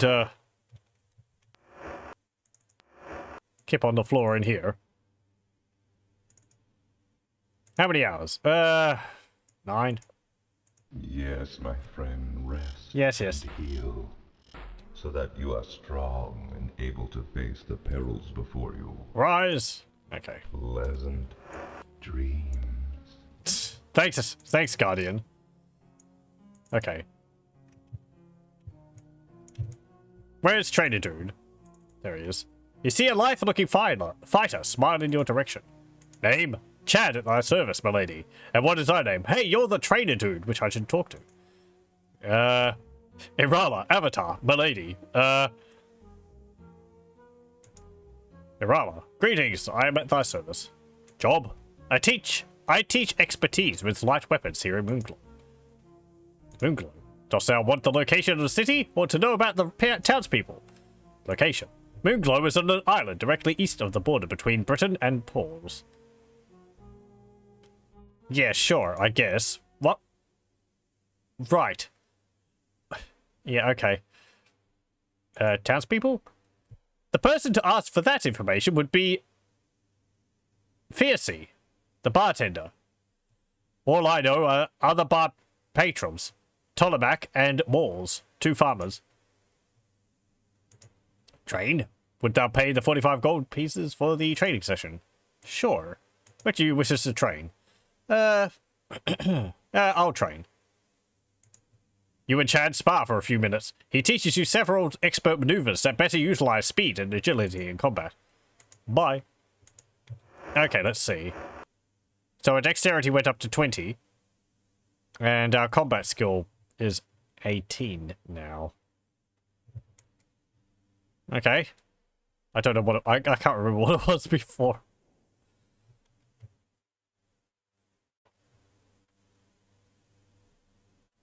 Might have been 10. I need to spend some time training. I might do that off screen. Just go through and train all my characters because we've got quite a few points. I don't know. I'm still not entirely sure how to go about training. That's why I'm a bit hesitant doing it, because I don't think there's much potential of me messing it up. But no. Now I guess we could talk to you. The man greets you with a pleasant smile. Name? Thou mayest call me Rankin, Irala. No, I haven't told you my name. Job. I am the new branch leader of the Fellowship here in Moonglow. Fellowship. Yeah. New? He grins, obviously embarrassed. I'm sorry.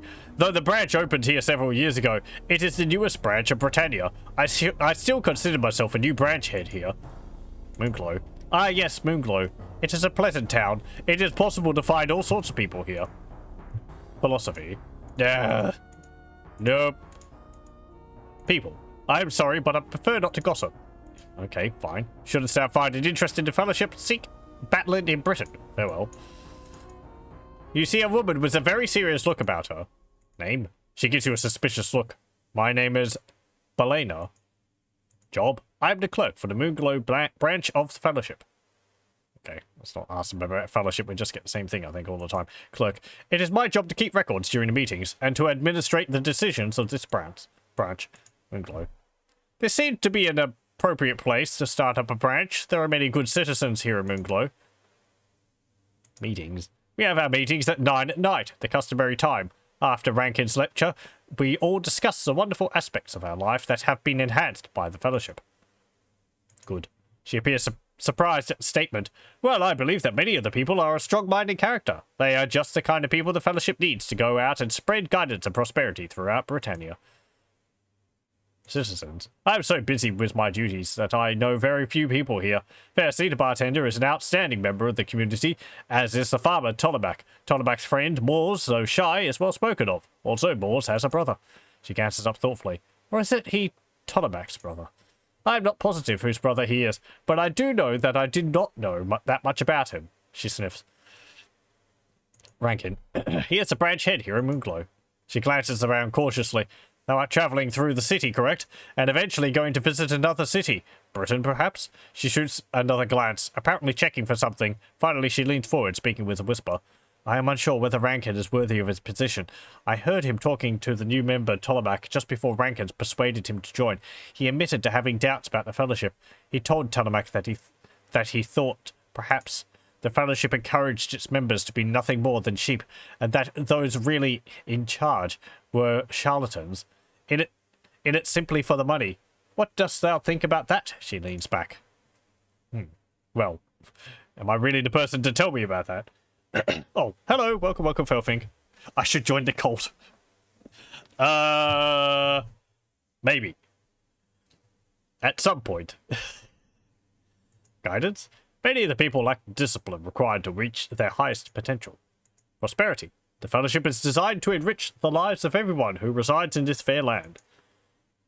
Okay, bye. Goodbye, Rana. Remember what I have told thee. Uh-huh.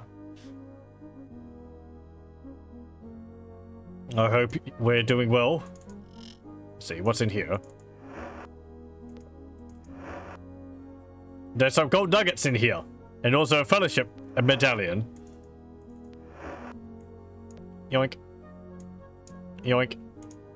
There's a lockpick. 8 lockpicks. Also a main gauche. Gauche? We'll take that. There we go.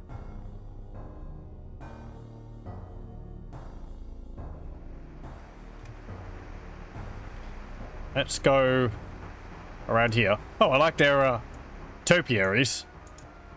Got like a mermaid there, an owl, and a goose or something. What's in here? Boy, this is a big building.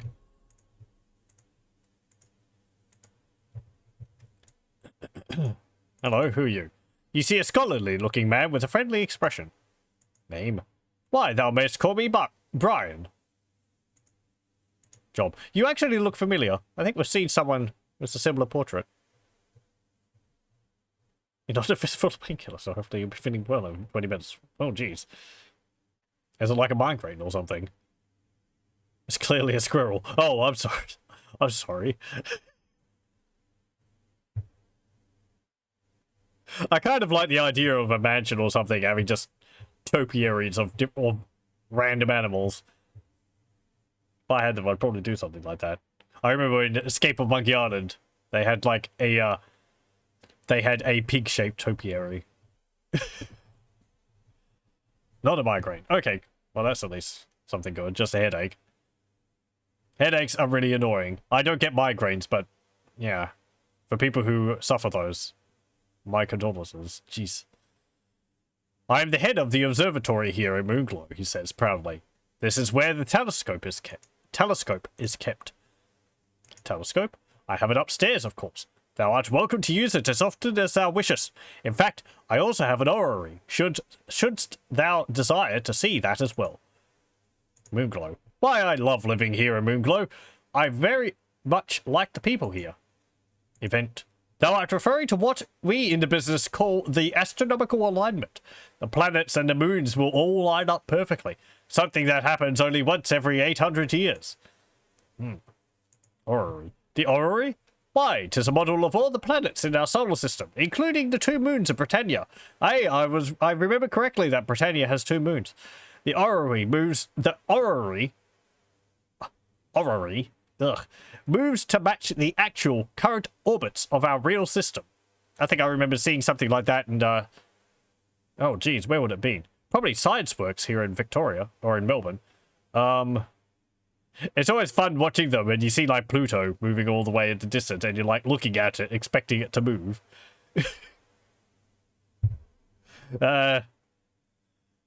Not really. People. Hast thou spoken with my twin, Nelson, the head of the Lyceum, or Elad? And surely thou knowest about the mage, Penumbra. Nelson. I do not see him as often as I would like, for we are so heavily involved with our work. He will be easy to recognize shouldst thou see him, for people tell us we look identical.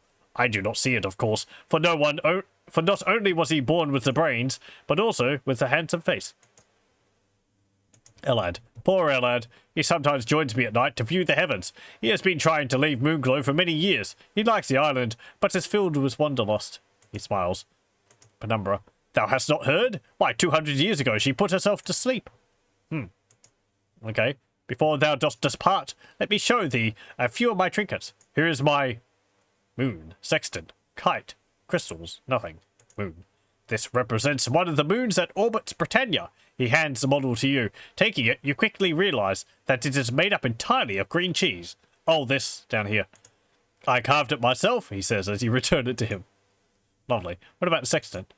He hands you a solid gold sextant. This has been passed on to each and every individual who has ever held a position at the observatory here in Moonglow. I don't think a solid gold sextant would be very useful. The moving parts would be too soft for that.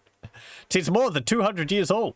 Beams as you return it to him. Maybe they just keep it because it looks neat. They don't necessarily use it.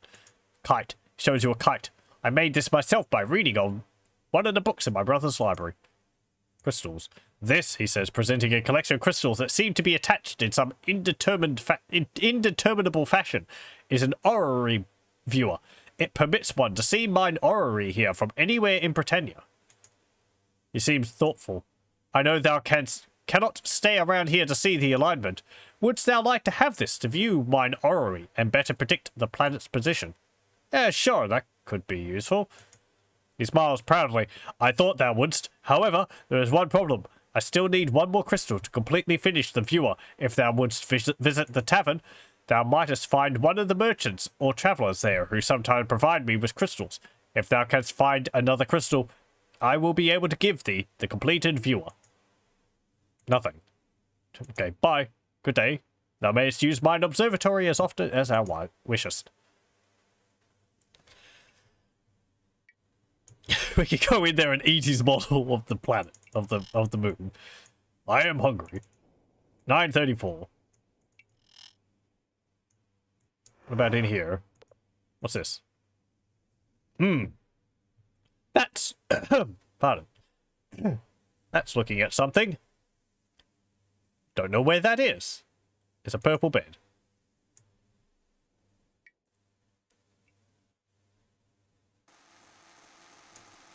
Oh. This is the orrery. Doohickey.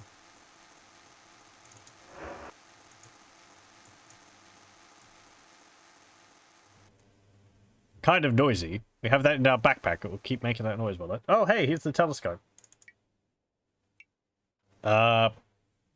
Surely it's supposed to look up.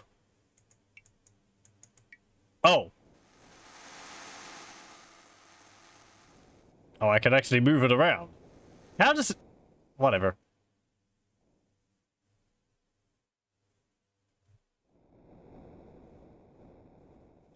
I guess I could use this to just, like, look at everything? Can I go to Castle British?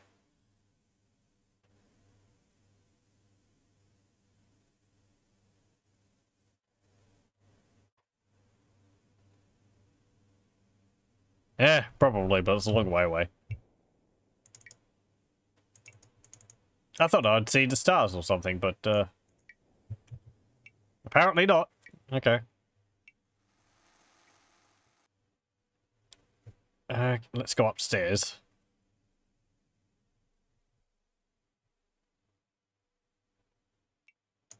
What's here? Some books. Oh, it's a map of Britannia. Oh, right. Guide. Robbers fauna. Stealing the wind. Heights. Flora. Oh, it actually talked about reapers there. The Greer plant is especially fascinating, for it spends most of its life huddled within its leaves, wrapped up in a tight ball. However, every so often, the leaves will unfurl, radiating out from the stem. The Reaper is unique in that it is both plant and animal. Resembling a large tree, the Reaper is capable of self-animation as well as self-locomotion. Reapers have been known to attack those who cause harm to their home, i.e. the forests, but seldom reveal themselves otherwise. They're also prevalent in the Abyss. Well, they were. Uh-huh.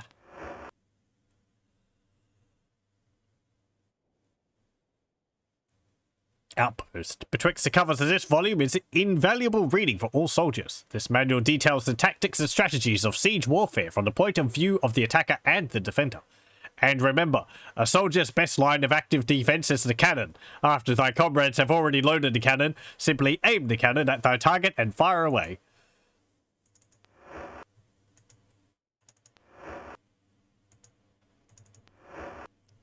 Okay.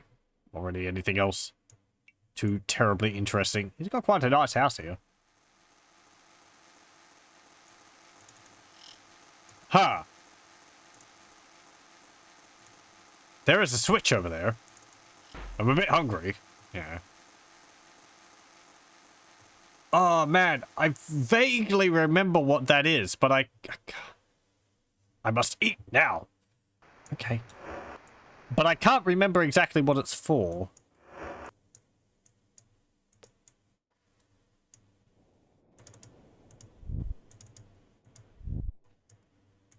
Come on. Time to eat jerky.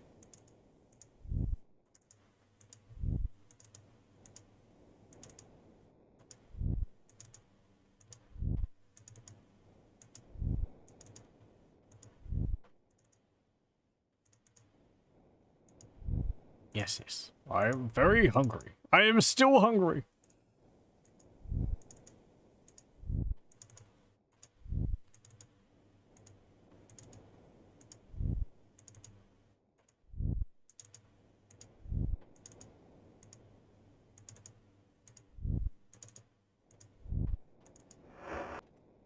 No, not that.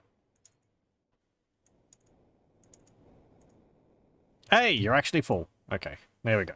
Everyone's full. Oh, you think I should? Should what? Oh, you mean eat the moon? I kind of don't want to deprive him of his work. He seems like such a nice chap.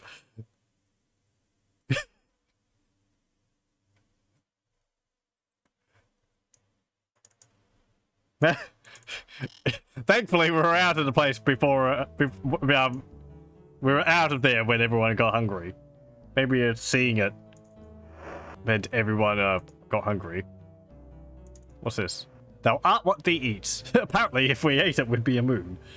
Within these pages, thou wilt find the comparative analysis of many of things we humans place in our bodies in the name of food. I will attempt to provide for thee information on what constitutes good food and what constitutes bad. And will display the information by mentioning each type from best to worst, first in terms of nutritional value and second by taste. Oh, okay, this is actually kind of useful. A large chop or fine meat, including mutton, fowl, ham, or ribs, is by far the most nourishing. This does not include other forms of beef, however, for they are usually served in smaller portions. Like the steaks which we get. Pork and sausages are also lower on the proverbial scale, for they are not quite as filling. I mean, you know, yeah, sure, a sausage is less meat than a haunch of meat. In place of meat, I would recommend flounder, cheese, or potatoes, for they are also quite good for thee. In some instances, trout, fish and chips, and some breads will pass for a meal. An egg and most any other fruit and vegetable, including an apple, a banana, a carrot, a pumpkin, a bunch of grapes, and various cakes, will suffice in the pinch. However, despite its delectable taste and extravagant price, Silverleaf's meals have absolutely no value on this chart at all. The moral is, my friend, never pass up meats when thou hast the chance to dine upon them. Obviously, not everything that tastes good is nourishing. At the top of this list, I must put down Silverleaf. The taste is absolutely exquisite. Short of that, I recommend roast mutton with a lovely Minoxian glaze sauce. Add a potato as a side course, with the whole meal preceded by a few raw vegetables, and thou truly hast a wonderful feast. For a second course, I would suggest... Okay. So basically, meats are the best thing to eat, then it's like cheese and bread, and then vegetables and fruit. And apparently Silverleaf is completely worthless. It's just expensive.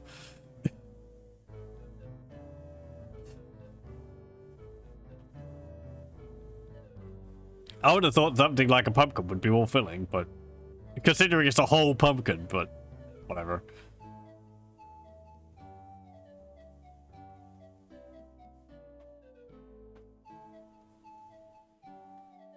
Let's see. Is there anywhere down here? No, it's just docks. I think there's more places to explore around here. Let me have a look.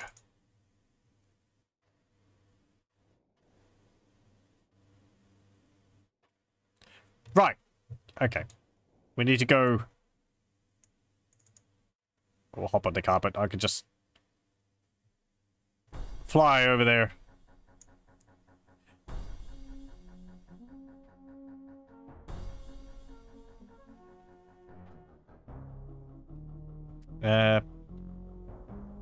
Ho-hum.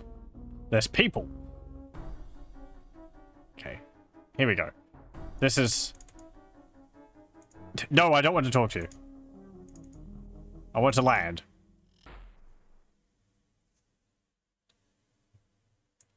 Okay. Oh. Salutations, Arama. Ah, this is the other place. Name. Thou mayest call me Nelson. Job. I am the Lyceum head here in Moonglow, but he leans close to you. My assistant, Zelda, does most of the work. Moonglow.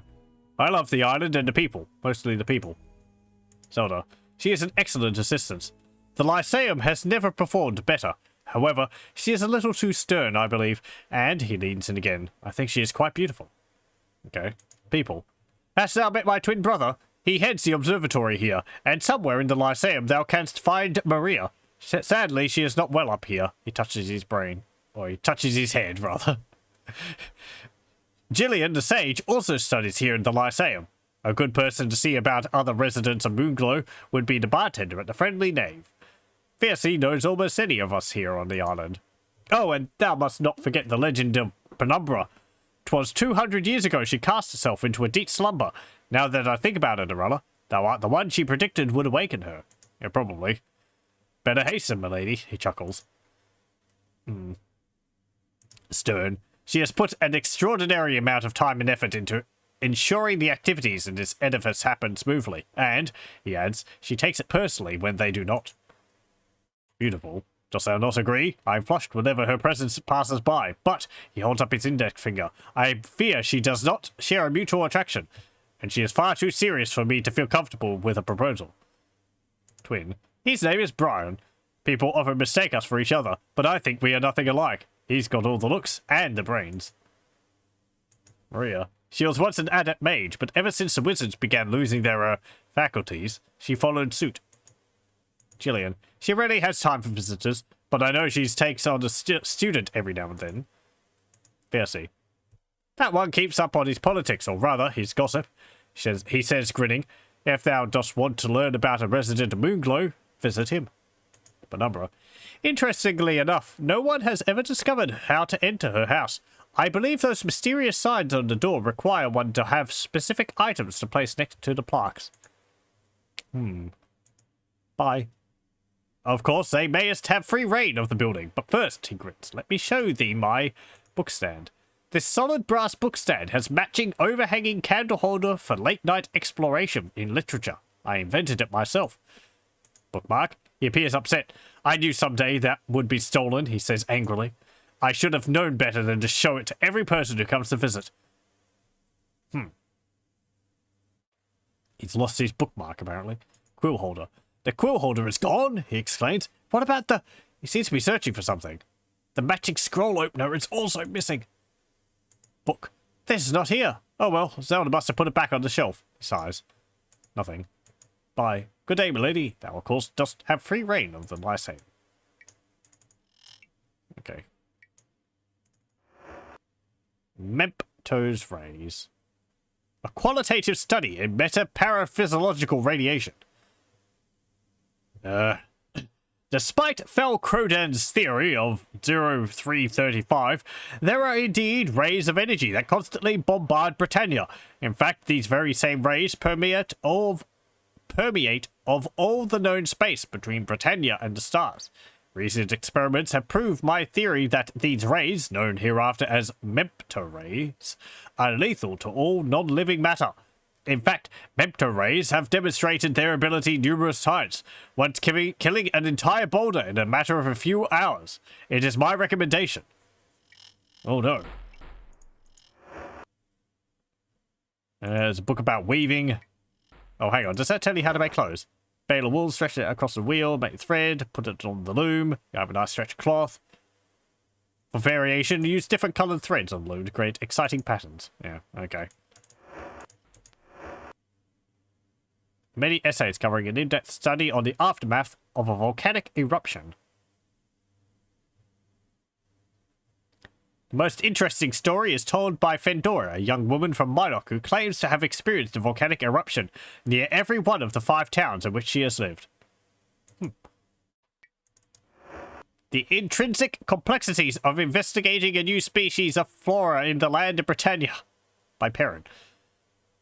The book is divided into multiple sections, one for the layman, one for the hobbyist, and one for the learned scholar, and includes a warning about the difficulties of gathering specimens from the poisonous swamps. Follow the stars. Up is out. Yeah. Thy message received. Within this diary is revealed the poor treatment of the gargoyle race since the return of the Codex 2 centuries ago. That's the Codex of Ultimate Wisdom, which we were tasked with actually collecting from them. And then we were tasked with returning it because it was kind of a cornerstone of their culture. To have noticed that humans remain uncomfortable with us, they have given us our own island to populate, but is this gift designed to keep us segregated?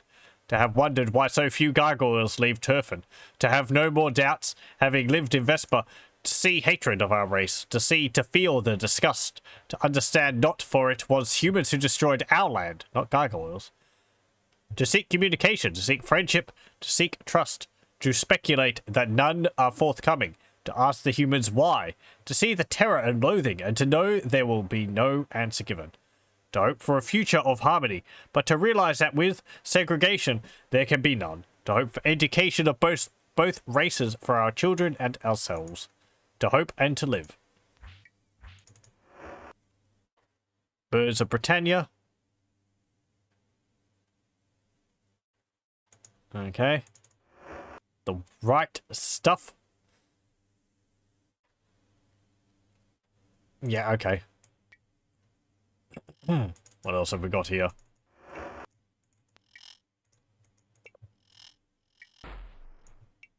Everyone's always fiddling around with the windows. This extraordinary work depicts an enthralling but far too gory thriller. Chapter after chapter describes innovative and impressive ways to disembowel people and animals. Ultima, the Avatar Adventures by Russell DeMaria and Caroline Spector. Within the pages of this tome are the details of the many adventurous exploits of the Avatar, beginning with after the destruction of Exodus. The details within this book are amazingly accurate, and the descriptions should prove to be surprisingly vivid. A baker's handbook. So how to make bread.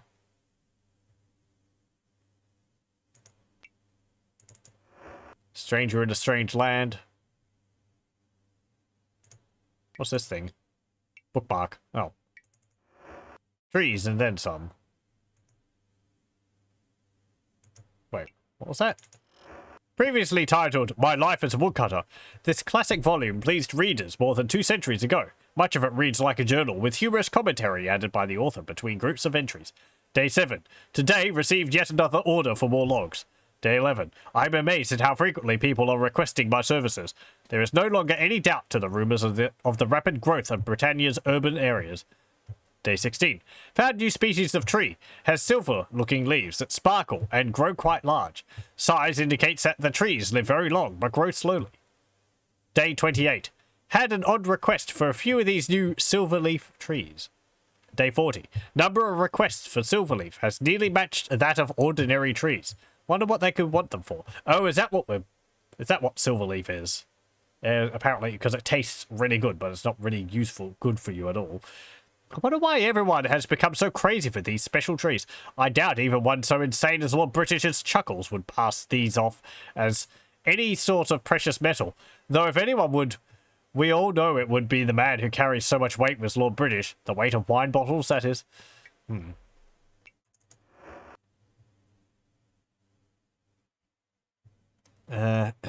Sorry.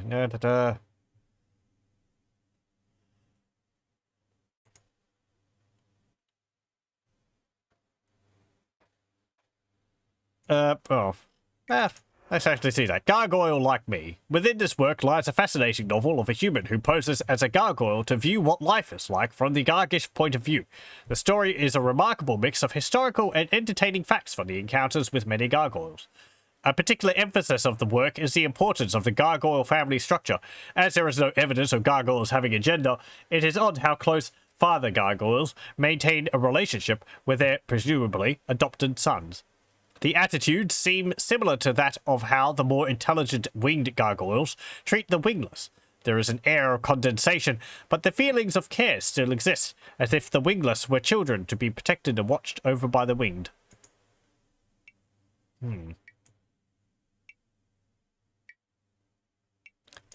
I think there's something at Ultima 9 about the gargoyles. And how they're created. But considering Ultima 9 as a whole, I wouldn't really consider it, like, definitively canon.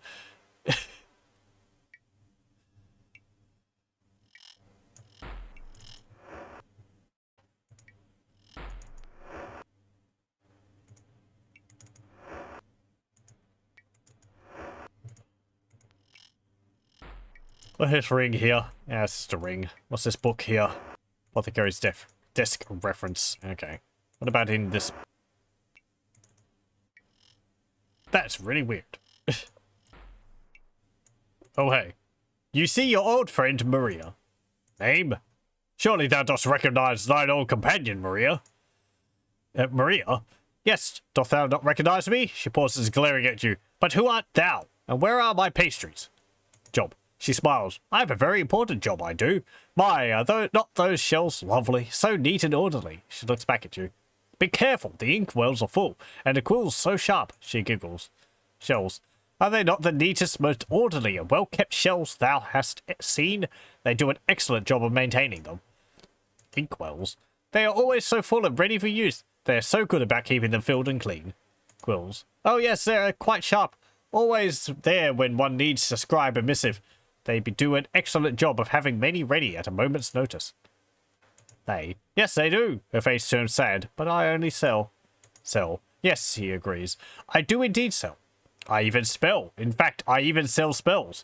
But if thou desirest reagents, thou art out of luck, for I only sell those during one of the 7 weekdays. Wouldst thou like to know which day? What a lovely set of books thou must have. I have just the item for thee to match thyself. A potion. If thou wilt buy a spell or reagent from me, I will sell thee a potion for only its normal price. Which day? Why, today. Thou art in luck. Buy a spell. Which circle art thou interested in? First. What spell? Light, create food, cure, detect trap. Nothing. Reagents? What do you have? Garlic, ginseng, mandrake root, nightshade. Yeah, sure, garlic. 1 gold for 1 clove. Yes, I want to buy 10 cloves. Done. What was the other thing I needed? Spider silk. You don't have that. Okay, let me just make sure. Nope. Potions. You actually sell potions. Orange potion, black potion. Don't remember what those are. I think black potion is an invisibility potion.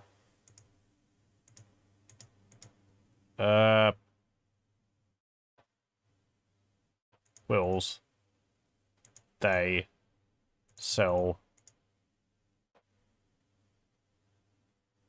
Which day? Third circle. Heal. Peer. Sleep. Protect all. I have to go through all that again. They sell. Which day? 4th? Mark, recall, seance, unlock magic. I think I've already got that. Yes. Yeah, I already have unlock. Oh, there we go.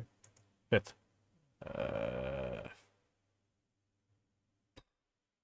Dance.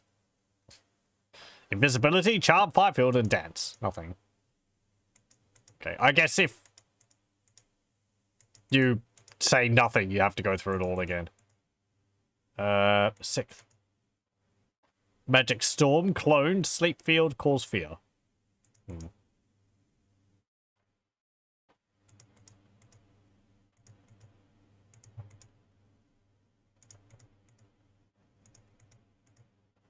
7th.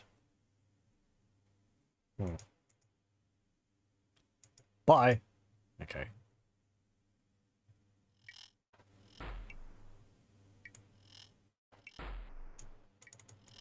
Let's go. Have I talked to you? You see a woman who meets your gaze with an icy stare. Name? I am Zelda. Job? I am the advisor at the Lyceum. Nelson's feelings. Nelson? I never really thought about him. She shrugs. I suppose he's not a bad second best. I will try, she says, smiling. Oh, I think because she's actually in love with his brother. Second best? Well, his brother Brian is quite attractive, I think. Lyceum. She rolls her eyes. The Lyceum is the building in which thou dost stand. It is a great library designed to house a wealth of knowledge. Though the structure has changed a bit over the past 200 years, the essence of learning has not. Advisor. We're a terrible avatar and confidant. Just going around spilling people's, like, confessions of love to their,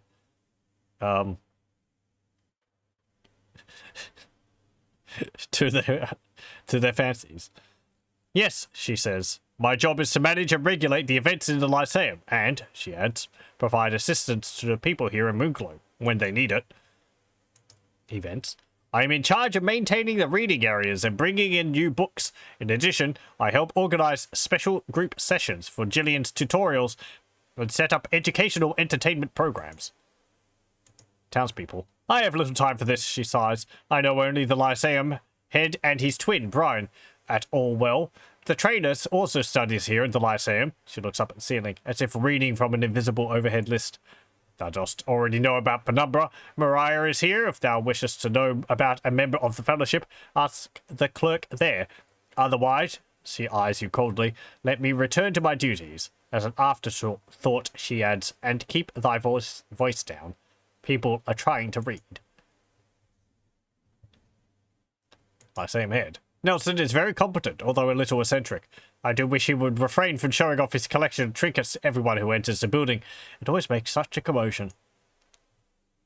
Jillian. Jillian? She is very well behaved, also quiet and tidy. I believe she is an excellent scholar. If thou art going to seek her out, try not to overturn any shelves. Some new books have just arrived, and I have not finished placing all of them. Maria. Well, they say she used to be an adept mage, but all I see is a woman who wanders around complimenting the furniture. Thou mayest speak to her if thou wishest, but I doubt she will make sense to thee. And do not disorganize the shelves while looking for her. Brian. Her chilling expression melts away. Brian, she adds, smiling, is very open-minded and idealistic. He knows the heavens quite well. She looks up to emphasize heavens. I find him very attractive, but I do not know how to convey my intentions. She turns away, shyly. Unless, perchance, milady wilt aid me, she adds hopefully. Wilt thou agree to tell him for me, milady? Sure. Thank thee, milady, thank thee. She blushes. For thy kindness, I will give thee this white potion I found once while straightening the basement. Okay, thank you. Penumbra. She shakes her head, muttering, why doth she waste my time in this manner? Looking back up at you, she says, Penumbra is the sage who put herself to sleep 2 centuries ago. Rumor has it that only the Avatar can awaken her. New books. Yes, they arrived not long ago, including the recently rediscovered copy of Demaria Inspector's work, The Avatar Adventures. If thou canst avoid creating too much of a disturbance, I recommend it to thee. Avatar Adventures. If I tell thee this last thing, wilt thou depart so I may return to my job? Yes. We discovered the tome in the lower depths of the basement. We have no way to account for the accuracy of the contents, but have noted many parallels between the events in the work and the events in Britannia's recent history. The book is a copy of the Avatar's diary, written about 200 years ago during her most recent visit to Britannia. Of course, she smiles sardonically, it has been annotated by others. It was recently published to give the general public more courage and confidence. And now, goodbye. Okay. Thee, thou, thee. Yes, it's a little difficult to keep up with. It's kind of like reading tongue twisters. Oh well. Certainly a workout. I have to make sure to enunciate properly, otherwise the words will start slurring together. Okay. What's the time? 11 o'clock. Don't think there's any real books which are worth reading. What dost thou need now? Good day. Nothing. Thought you might have been the other person. Are they here? Apparently not. Okay, I don't think any of these books are really worth reading. I mean, they're all just short excerpts, but I'm not gonna... Yeah, whatever. Just go here, and what's in here? As you approach, the woman raises her eyebrows to indicate she is aware of your presence and interested in what you are about to say. Name? I am... Carlin. She smiles broadly. Job? I'm the tailor of Moonclow. Tailor? Yes, I love sewing clothing. Wouldst thou be interested in seeing or purchasing some of my creations? Sure. What article wouldst thou like to buy? Heavy cloak, tunic, pants, dress, hood. Heavy cloak? A heavy cloak sells for 50 gold. Sure. Excellent choice. No. Moonclow. It's a very pleasant town, my lady. There are so many different types of people here. I wish I knew more about them. If thou hast any questions about them, I highly recommend to thee that thou speakest with Fiercy. Fiercy. He is the owner and bartender. Every night at 9 he goes to the fellowship meetings, and I serve refreshments for him at the Friendly Knave. Fellowship. I know little about the group. Every night at 9 they have a meeting or some such of all the members, and, if I remember correctly, the leader of that branch doth give a speech. A sermon is what I believe it is called. There is another member in town, if thou hast questions about the fellowship. Another. I believe his name is Tullamac. He's a farmer, from what I have heard. Fiercy would know more than I, or thou couldst ask their clerk. His name is Rankin. I do not believe he has been here terribly long. Clerk. 'Tis a woman, I know that, but I do not know her name. Bye. Okay. We got a cloak from that, did we? Yes. Oh, there's a cloak. Can we wear it? Won't fit. Okay. Whatever. We'll just put it on the ground there. 50 gold well spent.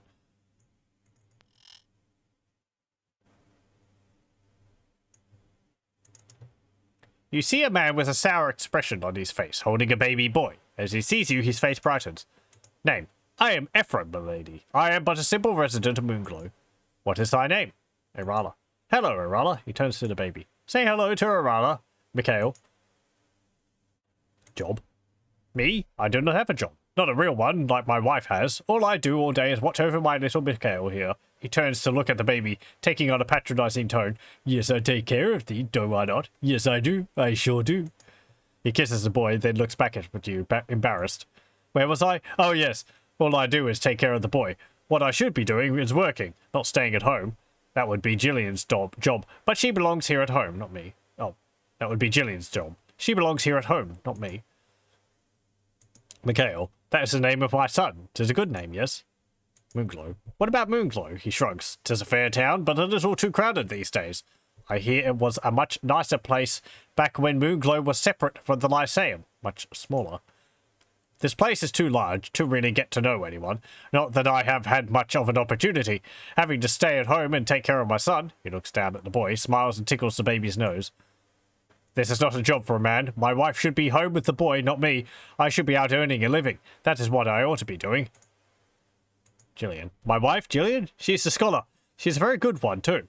Not that I could not have done well. I could have. Better, in fact. But it is not worth arguing about now. She has her occupation, even if I do not have one. I should have a job, though. Dost thou not agree, milady? This is not what a man ought to be doing. Staying at home, raising the children like this, 'tis a disgrace. He begins to stroke the infant's small tuft of hair. I'm sure you're doing a fine job. Bye. Leaving so soon? Fine, leave me with the baby. Go on, leave me. Just like my wife. Can't stay here all day. Nope. Thee wouldst bethink yond since those gents wenteth to all this ado, those gents would have actually used this properly fusty English. This, however, is just Shakespearean English. Yes. Yeah, it's just like, you know. Oh, hello. There's a small bush. Sorry. You see a tough-looking guard who takes his job very seriously. Oh, you're just a guard. I thought you were a bandit from the music.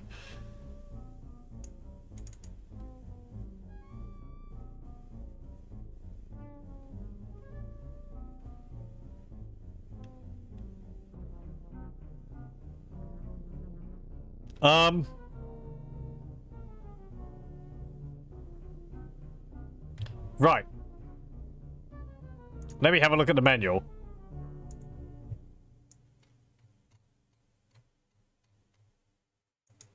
I'm kind of glad that they're not using, like, actual Old English. Boy, I wouldn't even know where to begin with that.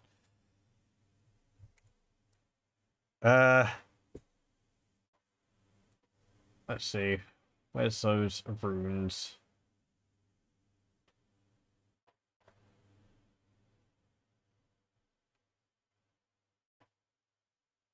Okay, here we go. The runes of Britannia. Let me just bring this up again. Okay, first letter.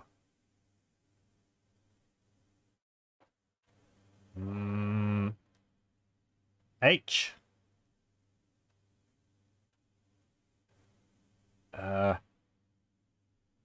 A. M. Hammer.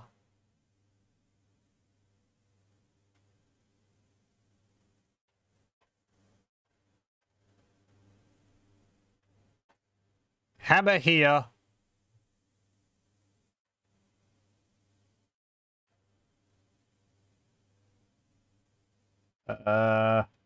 Hammer here to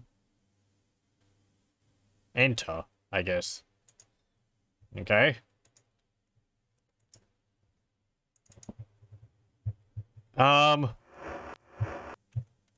Well, pardon. I can't knock on the door. And I don't actually have a hammer, so maybe we can find one somewhere.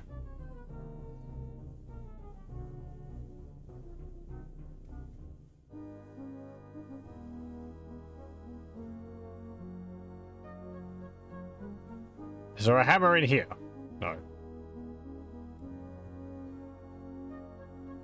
Have I been everywhere around here? I haven't talked to Jillian, I don't think. It'd be funny to hear me speak it. I'd be interested to see how well I could do. My pronunciation would be terrible.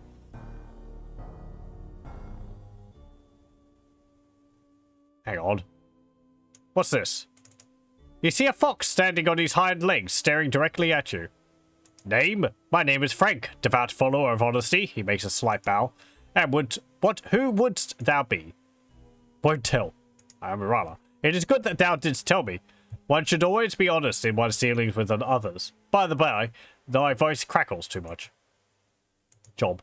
I, he says, am on a quest for honesty. He sniffs the air and then turns to you. By the by, thou mightest have more friends if thou didst bathe a little more often. Yeah, well, when it rains. Bathed. Yes, as in take a bath. I must inform thee that thou dost truly stink. Friends. Speaking of thy friends, I've heard that thy companion Dupree is a drunken sot. Yes, from what I've been told, that Dupree has no will when confronted by a tankard of, well, anything. As a matter of fact, thou hast fairly poor taste in companions overall. Companions. I am glad thou didst ask, milady. Thy friend Yolo charges far too much for his bows. Perhaps thou couldst have a chat with him. Too much? What dost thou mean to? He bows. His bows and crossbows just aren't of the quality that is worth the kind of gold he charges. He takes a step back. Gods, thy breath could gag an ox. Thou shouldst consider taking better care of thy teeth, or thy fellows will leave thee. Teeth. That is the reason for thine offensive mouth odour. I have not seen anything that yellow since the time thy fellow Shabano ran away from a battle in fear. Thou must be mad, Shabano turns to you. This rogue needs to be taught a lesson. And thy friend Shabano, Irala, has quite a bellicose temper. And, he pauses, peering very closely at your face, I never noticed how large thy nose is. 'Tis amazing thou canst find enough air to breathe. Bellicose. Yes, bellicose, warlike, angry. If thou dost not know that, I believe thou needest to improve thy vocabulary. Thou art too unschooled. Nose? Truly quite large, and not in the least bit attractive. Unschooled. Trust me, milady, thou art too ignorant to argue with me. Job. Yeah, okay. Bye. Oh, he said something different. Thou hast something or other. Thou hast the manners of a pig. 'Tis not polite to break conversation so abruptly. Uh-huh. Good talk. You get insulted by a fox. Isn't there a basement to this place? Ah, you see a young woman with an intellectual bearing. Name? I am Jillian, milady. Job? I am a scholar, milady. I also tutor and train those who seek knowledge here in Moonglow. Ah, I think you're the trainer. Moonglow? The town occupies almost the entire island of the same name. The island is located due east and a few degrees south of the city of Britain. Tutor? My price is 35 gold for each training session. Art thou willing to pay that? Yeah, sure. Which of thee wishes to train? Ah, me. You pay 35 gold, and the training session begins. You and Jillian study for some time. In addition, she teaches a little on the theory of magic. Afterwards, you notice an increase in knowledge and magical understanding. Bye. Okay, not too much to talk about. Our magic went from 10 to 14, and our intelligence raised by 1 point. Okay. I think she trains magic twice and intelligence once. So, that'd be good. We have a bit more mana then. After that, I might do another training session because of that. Job, tutor, yes, me, bye. Okay. How's that? My magic is now 17, and my intelligence is 20. Now, looks like we've nearly maybe doubled our mana. Okay, how are we going for time? Okay. Let's see. Yeah, I think we might actually leave it there for tonight. Before I get dragged into something else. We've made it to Moonglow. We've got trainers here. I might spend time training off screen. Just so I can, like, fiddle around and, I guess, try and get characters levels up as high as possible. Or characters' skill levels as high as possible. And spend some more time looking at the page on the training and figuring out exactly how it works. Ugh. I know it's not that difficult, but these things can take time for them to sink into my head. Yeah, now that we've got the magic carpet, we can basically go anywhere. Very easily.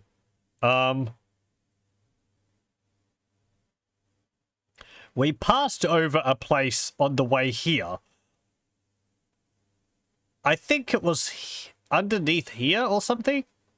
That was the Forge of Virtue Island. I think it was there. Or was it this? I don't think it was that, because there was a mountain there. So I think it's located under there. But that's a separate thing. We'd have to take a ship from Cove, I think, to get there. Other than that, I don't know. I guess we'll go next time to some of the other towns around the place. We haven't been to here.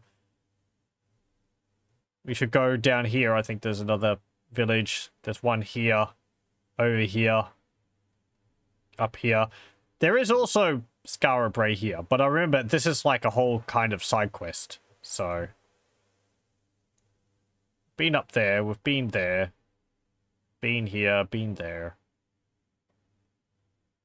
There's also the Isle of the Avatar there. I don't know what there is to do there. I don't remember. Anyway. I'll save it there. And we'll continue with this next time. Well, thank you very much for joining, and I hope you'll join me then.